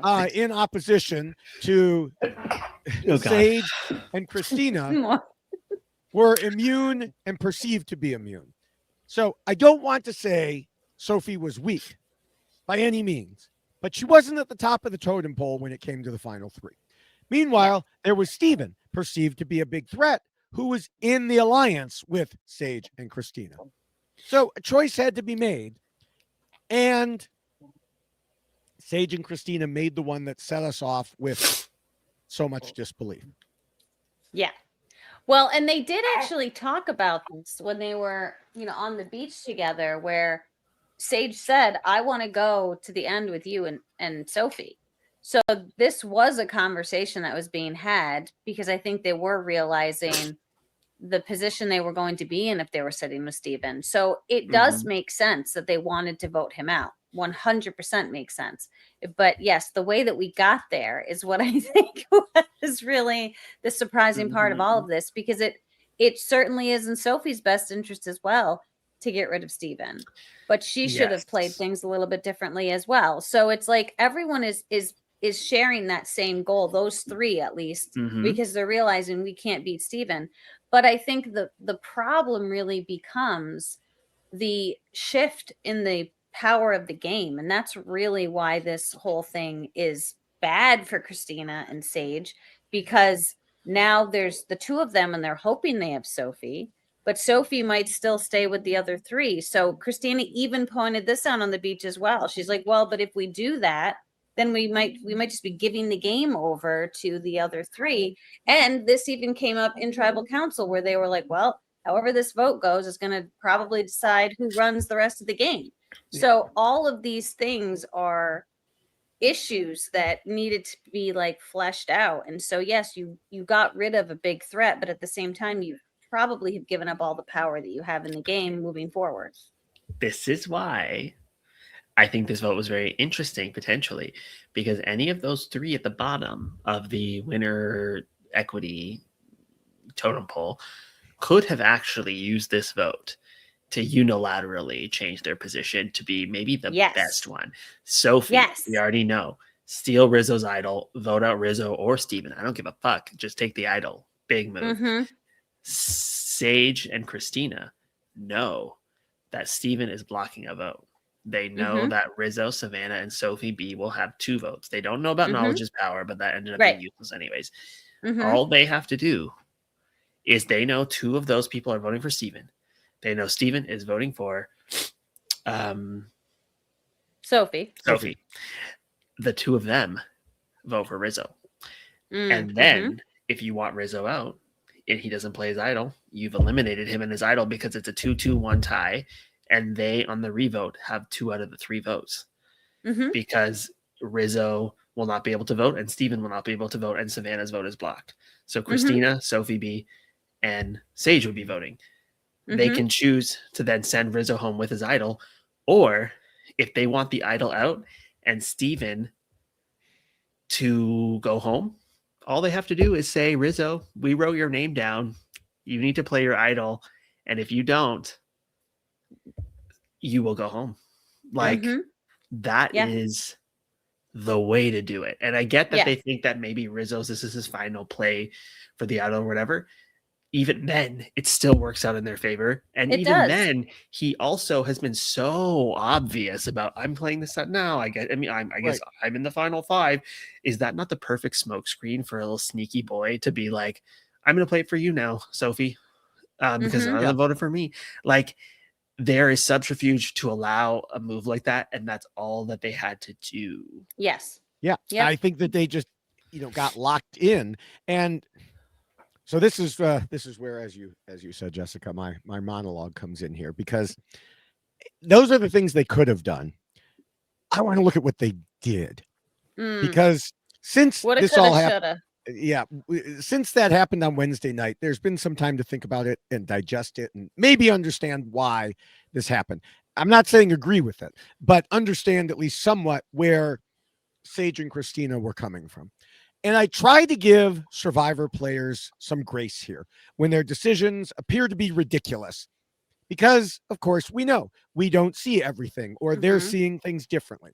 Sure. We talked about that in Survivor 44 with Jamie and Lauren, who were made out on screen to be completely clueless, but no, they were just fooled into a different plan. We talked about it last season with several of the other players. And this applies to several people this week. But with that said, it really seems that some players have been making bad decision after bad decision, and this was the culmination. After the episode, I was talking to several people through various means and trying to work through why Sage and Christina would have thought this was a good idea. At the same time, though I didn't know it until I listened later, Stephen Fishback was discussing it on Know-It-Alls, and our previous guest, Sam Phelan, was posting on Chat BCC, with all of us and many others, of course, coming to essentially the same conclusion, that Sage is and has been assessing people based on whether she can beat them. This is like her, other than her one emotional time, which she even rationalized it then, this is what she is basing everything on. She has to end up in a final 3 with Christina and Sophie in order to have a shot at winning. And that means in this vote and the next 2, she had to take out Savannah, Rizzo, and Steven. Now, obviously, things have to fall exactly right for her to accomplish that. And it would still only give her a very small chance for all of those things to happen. But to keep that barely above 0%, they had to eliminate Steven this time because Savannah had immunity, and she thought Rizzo also would. And this is why Stephen Fishback gave Sage the Fishy Award this week, because she made the right move for herself.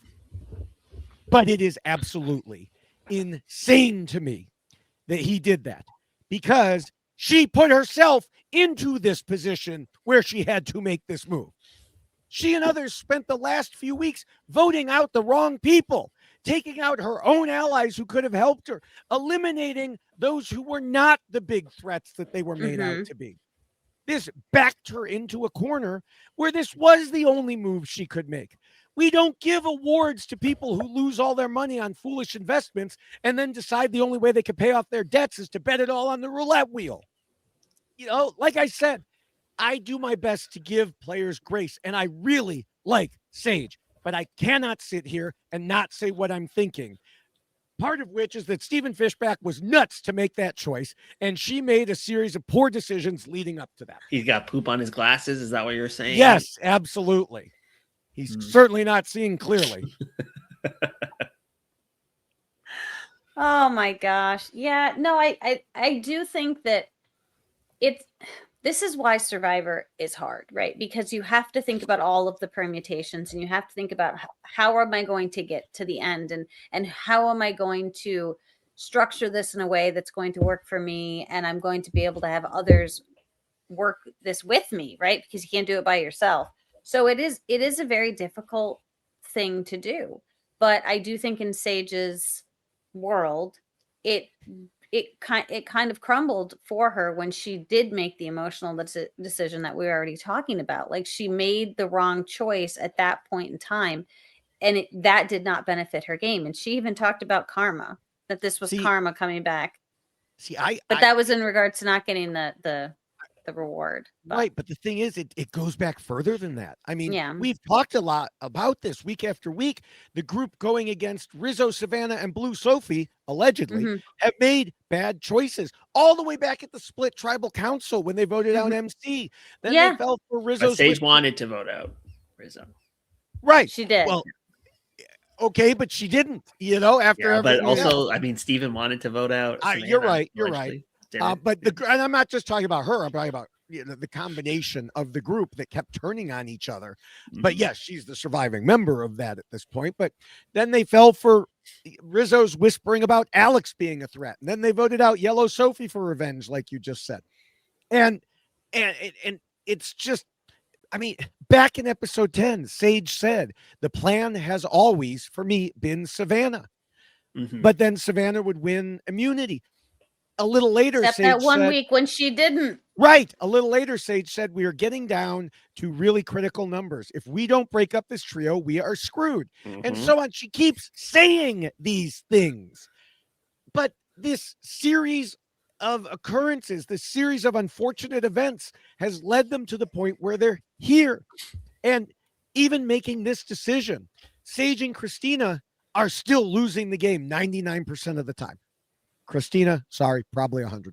But Sage is grasping for that 1%, which is all she can do, because every week she cut her own percentages by removing other possibilities that she shouldn't have. She has been taking out every threat except the ones she needs to. She started a snowball rolling down the hill weeks ago. And just now realized it's become this giant snow boulder that's going to destroy everything unless she somehow diverts it. So did Sage and Christina make the right move for this particular tribal council?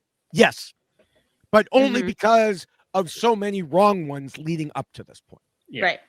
But I think it is a collaborative thing. Like, everybody has a part to play within that group, especially because the thing is, Sage's win equity, in my opinion, was the highest at 8 people left, because she was making the move on Savannah. She had fully fooled Rizzo and Savannah into thinking that she was with them when she really was not. Like, they had a blind spot because of her deception. And they had to be told by Segretti that they were actually coming after her for them to even switch.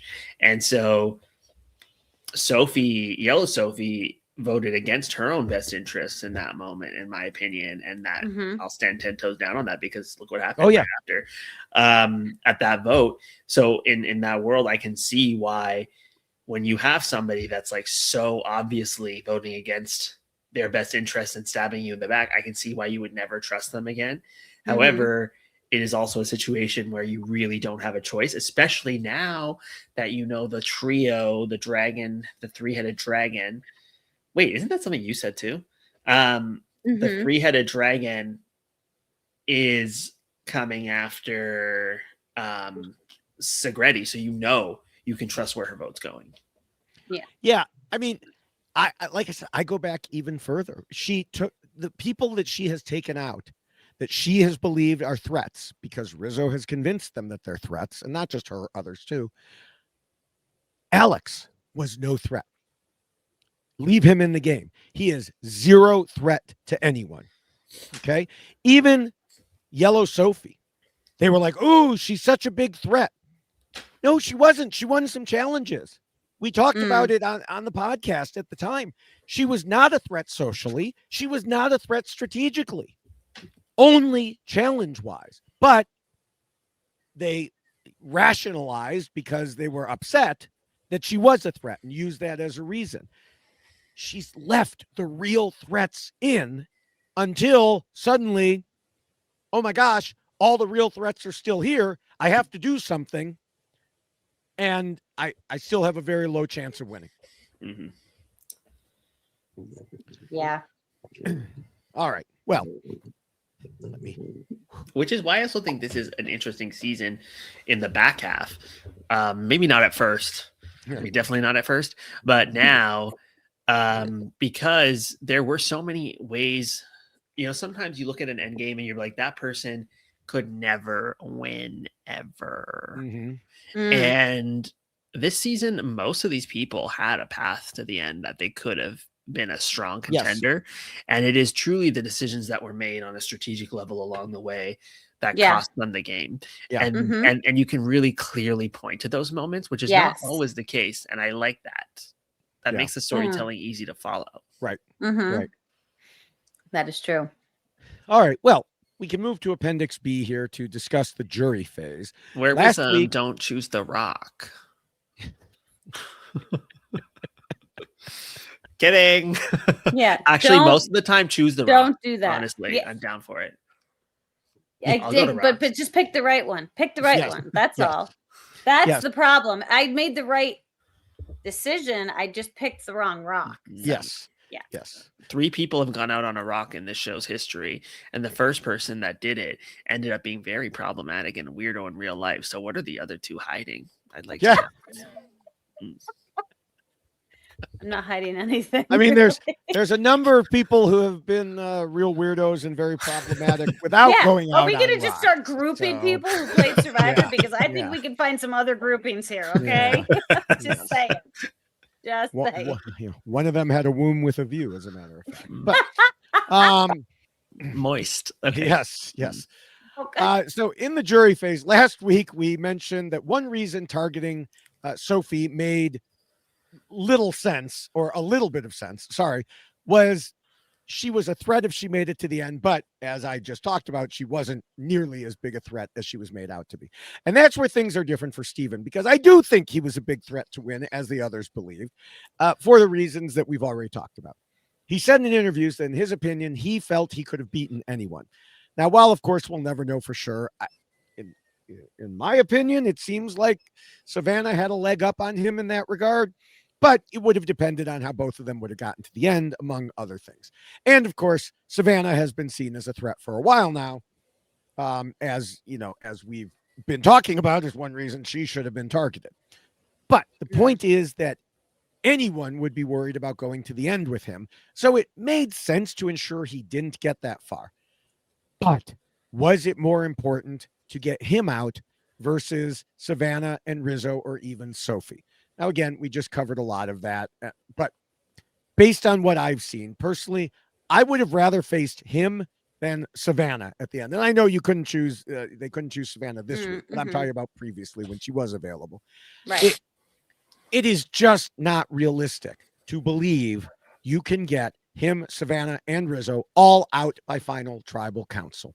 Like I said, it is a very low percentage chance. Now, low percentage chances, they do happen sometimes. We've seen them happen, like when they'll do a random draw for tribes, and you look at those tribes, and then Christian Hubicki will go in there and say, wow, there was only a 0.3% chance of that type of thing happening. So it does happen. But like I said earlier, if it's your only shot, I guess you go for the 0.3% chance instead of 0%. It's just frustrating that they got to this point. Yeah.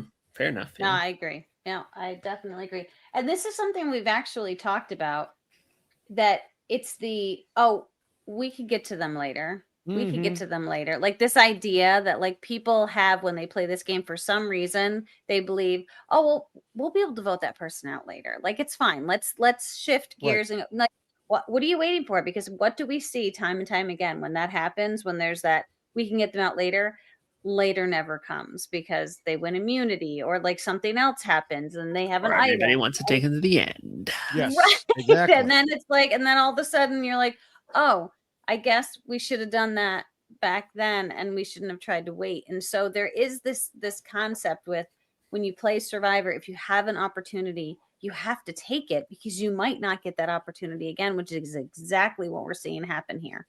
Yeah. Yeah. Now, as far as Steven's own actions in relation to the jury, it's clear he was paying attention to how they were reacting because he talked in interviews about them not appearing to be impressed with Rizzo's tribal council performances. And, he had good relationships with several, if not all, of the jurors that could have helped him. So he did well here. He just didn't get a chance to use it. So, all right. Well, it is about time to wrap things up. So, Omer, what are your final thoughts on Steven? I really, he did my winner pick proud. He made it really far. He probably would have won if he made it to the end. And he had a great run. He should be proud of himself. Wow. Short and to the point. Look at that. I love that. Well, one of the things that Steven actually said pre-game was that he wanted to find stars that are burning brighter than me and hide behind them. And Irony. I think that, right? Isn't that just fascinating that this is where he found himself, that he suddenly became the star that he was not anticipating he was going to be, I think. And so this is why I do believe his game was successful in the way that it was at the beginning, because he didn't expect himself to necessarily do as well as he did. He wanted to be under the radar. He wanted to play the middle if he could, but he did a good job of almost hiding it because he was so likable and he was so friendly and he got along with everybody. But I also think that that was part of what caused his demise, because he didn't take enough control of his game and the decisions that were happening around him. When you want other stars in front of you, they have to stay there, but you also have to be mindful of the stars that are not shining as bright that are walking out the door, because you might need those stars. Yes, you might need those stars in order to make things happen for you in your game. And so I do think that Steven just found himself in a tough position, really asserting himself in the way that he needed to in order to finalize his being at the end with the people that he wanted to be at the end, because he put too much reliance into those he was playing with. He thought his alliance felt the same way he did. But if you believe that you can be anyone that you're sitting next to in the final three, you better believe that the other people think the same thing about you. Yeah. If they don't, then guess what? You are the brightest star and you are going to find yourself going home. So unfortunately, Steven really was shining. He was doing a great job. I do think that there was a really great chance he could have won if he got to the final three. But unfortunately, we won't see that. And I guess I'm done because now I have a dog in front of me. Well, so there we are. He should know the old saying is first the worst, sixth place is the best. Yeah. So me, him, Sheehan. I mean, it's perfect, right? That's where we want to be. Yeah. Amber won All Stars. Yeah. That is true. Clearly. So, well, in some ways, we've spent more time in this podcast talking not about Steven, but about other players. And that's appropriate because it was often decisions made by others that spiraled out of control into them eventually voting him out. But of course, it's a very rare occasion that someone loses completely due to things or people that were completely outside of their own control. Steven tried to walk a tightrope of maintaining the right threat level. He knew that some people saw him that way, but also knew there were others in the game who may have been seen as bigger threats. He was trying to minimize any issues that this might cause. And like I said earlier, he was the third biggest threat in the game when there were 6 people. You can't get more in the middle than that. But while he was trying to minimize his threat level, other people kept maximizing the threat levels of their opposition, Steven's allies. Rizzo has pushed the idea that MC was a threat, that Alex was a threat, that Jawan was a threat, that Yellow Sophi was a threat. And then it came to Steven.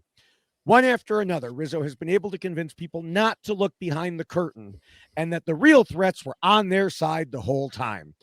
It's the Tin Man. The Tin Man's the real threat. Don't look at me. And those people have also been convincing themselves of the same thing by buying into it. Yes, in this particular movie. Pardon? I'll never watch that movie, The Wizard of Oz. Yeah, in this particular situation, he was the biggest remaining threat left who was apparently not immune. But it took a lot of wrong turns to get to this point, and Steven often wasn't able to access the steering wheel as people were making these moves and leaving him without the ability to change their direction. Though, of course, as you pointed out, Omer, we don't know the full story there. Was there a way? He told Rob he saw them making these moves that didn't make sense, but that doesn't mean he could do anything about it. Plus, it kept seeming like next time they'd be able to pull it out. Next time. But Rizzo and Savannah just kept outplaying them. Whether it was winning immunity at key times for Savannah or faking them out with multiple idol plays or convincing players to vote against their own interests, things just kept getting worse. Steven missed a couple possible opportunities to help himself, such as when he accepted Rizzo's lie about when his idol expired. If he had realized the truth, or even pushed hard to his allies, he might have been able to convince them he wasn't the only threat available to be voted out this week. And I also don't think Sage in particular would have been happy to realize she's been lied to this whole time. She might have sought revenge for such a thing if she had found out. Kill him. Yeah, there were probably a few other things he could have tried if he realized his supposed allies didn't want to go to the end with him. But even then, his options were limited. It's not like he would be able to jump over to Rizzo and Savannah's alliance. He had to count on those he'd worked with through the game, not those he'd worked against. And when even his own allies saw him as an obstacle to their very small chances of pulling out a win because he was just too well liked by the jury, he had to be the next domino to fall. And that is why Steven lost. Your winner pick, Omar. Yeah. Rest in peace. Yes. Yes. Yeah. All right. Well, before we make our finale predictions, Oh, gosh. we do want to remind everyone that the rules we just discussed are available and on sale in a shorter and much more colorful version as a poster. So again, go to robhasawebsite.com/YXLostFeed, click on it, order it, 20% off. You can also get the poster on a t-shirt and the checklist on a t-shirt. Hurry up if you want it for the holidays, or if you just want to get the poster while it's still on sale. That's right. The time is now. That's right. Time is now. Time is now.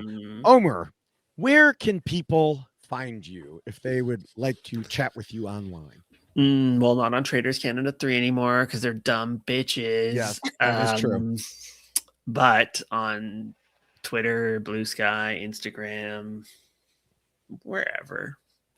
Emergency Veterinary Clinic if you've got a sick animal. It's not a dog or cat.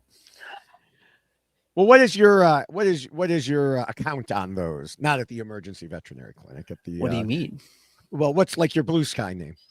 Oh, I don't even know. I think it's like Omar Zaheer DVM maybe on Blue Sky, on Instagram Zaheer24, Twitter /X Omar Zaheer DVM. Okay. All right. Well, people can find you there. Yes, and I am at Jessica Lewis 89 on Blue Sky and Twitter or X, whatever which one it's called, and at Jessica Lewis 6789 on Instagram. But I spend very little time on social media. 67. Yeah, 67. I spend very little time on social media nowadays. Nothing like David Bloomberg over here, who has a link tree that allows all of his followers to find all of his content very easily by going to his link tree. So, David Bloomberg, why don't you explain to them what you have here? So that you can find at linktree/David Bloomberg, or you can find me directly on Blue Sky as at David Bloomberg. And of course, I have been posting 2 or 3 reality TV short videos every day on TikTok, YouTube, and Instagram, where I'm at David Bloomberg TV. Most of them are, of course, about Survivor 49, plus the Traders Canada Season 3. Now, I've also been co-hosting the Tradar podcast for the Traders Canada each week. So we unfortunately had to discuss the elimination of Omar a little while ago and some of the other not the brightest moves that those players have made. But that is TRAIDAR. And, we have one more double episode apparently coming up. So watch for the finale of that. And that podcast will probably be out late next Wednesday or early Thursday morning.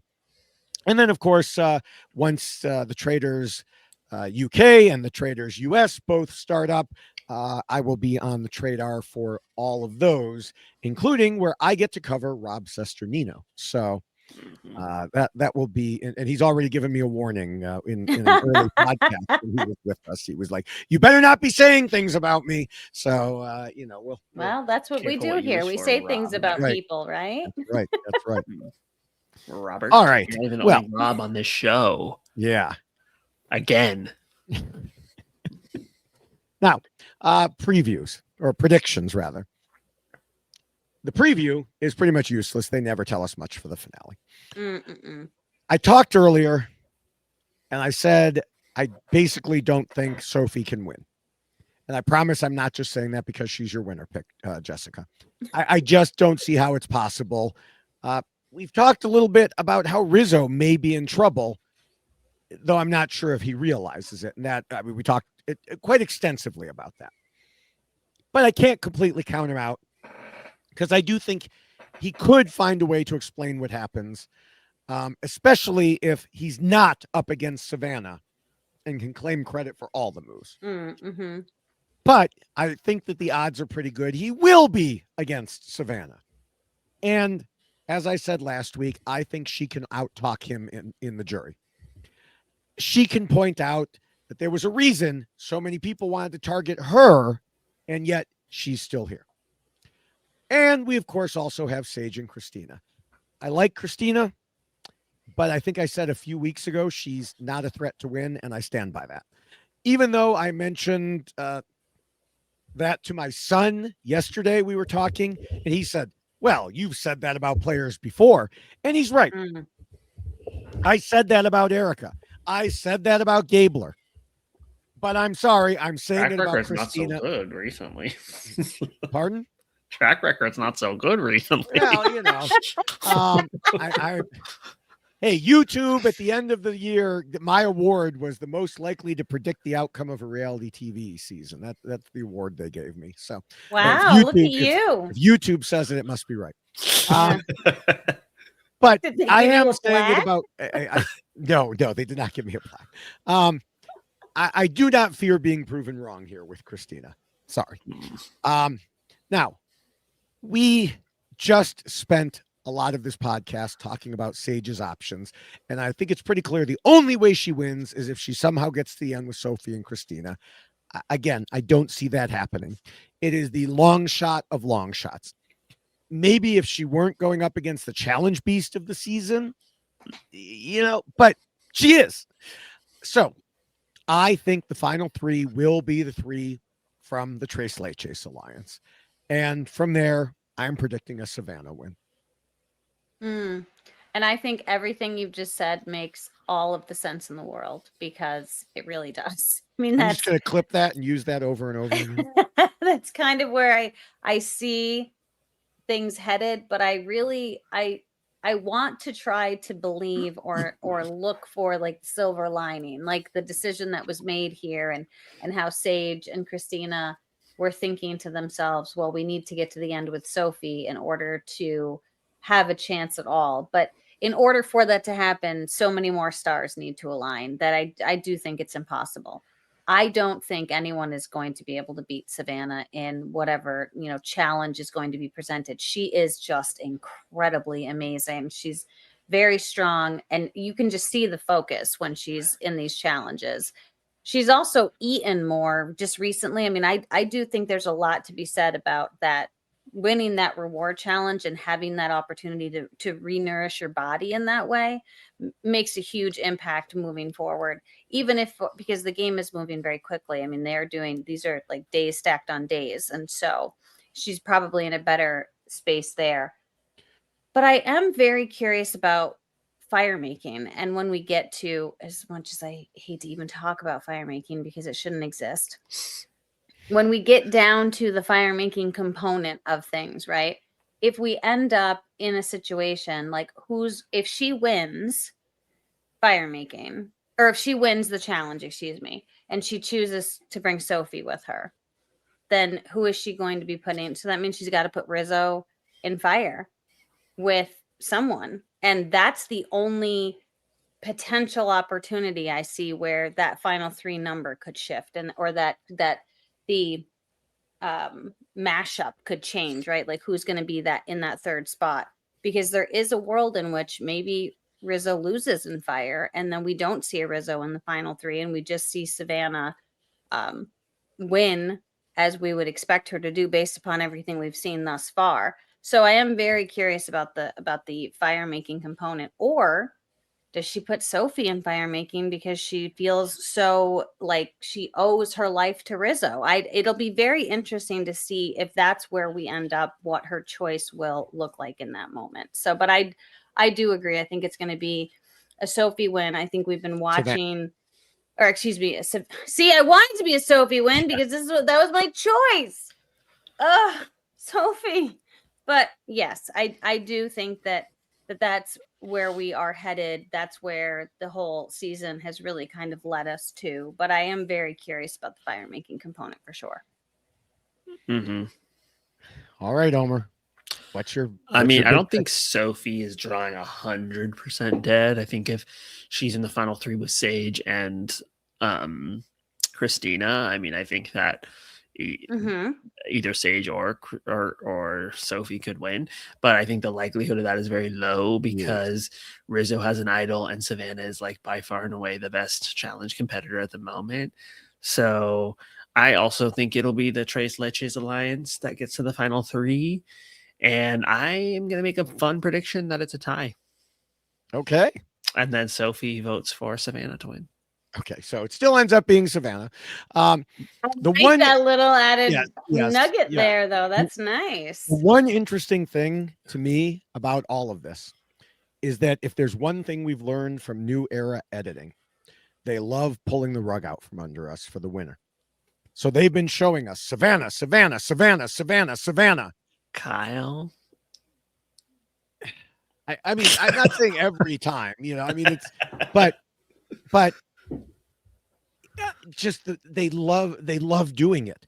And so I could see it being Savannah, Savannah, Savannah, Savannah. And then Sophi wins.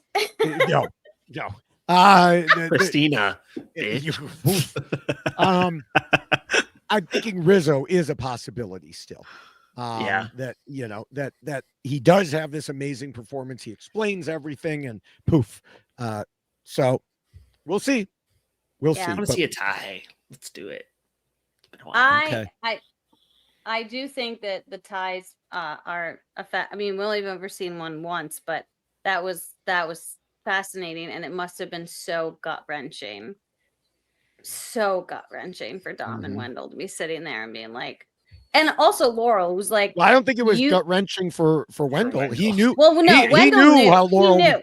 But like the fact that Laurel is like, I am deciding myself right now who is winning $1 million.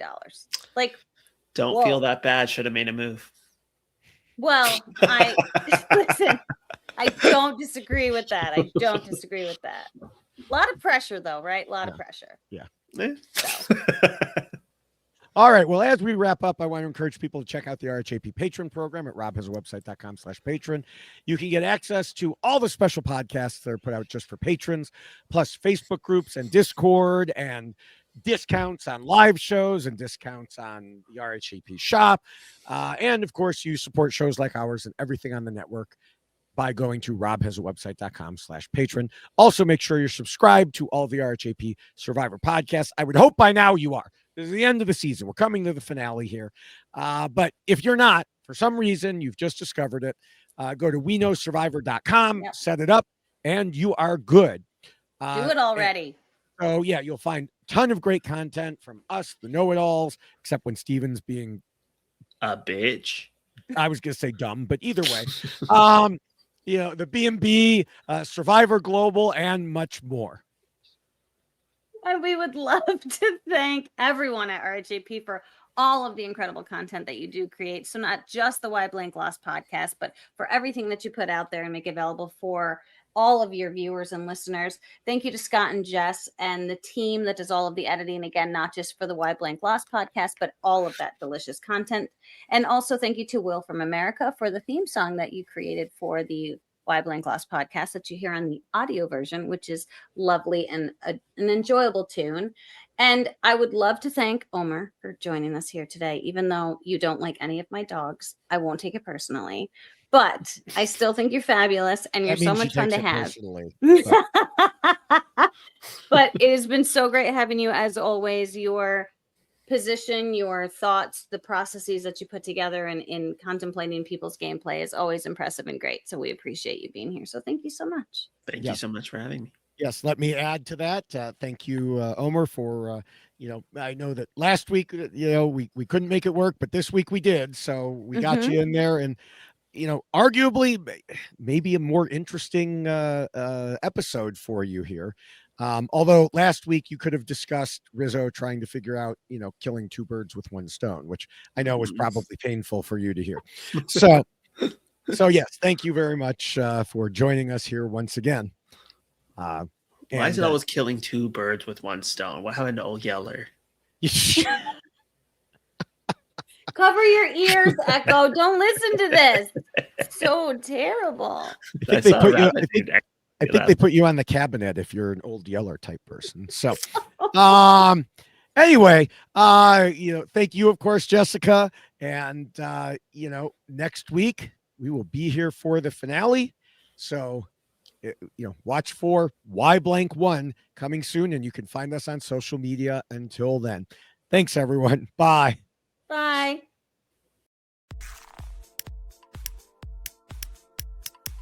This is RHAP. We know reality TV.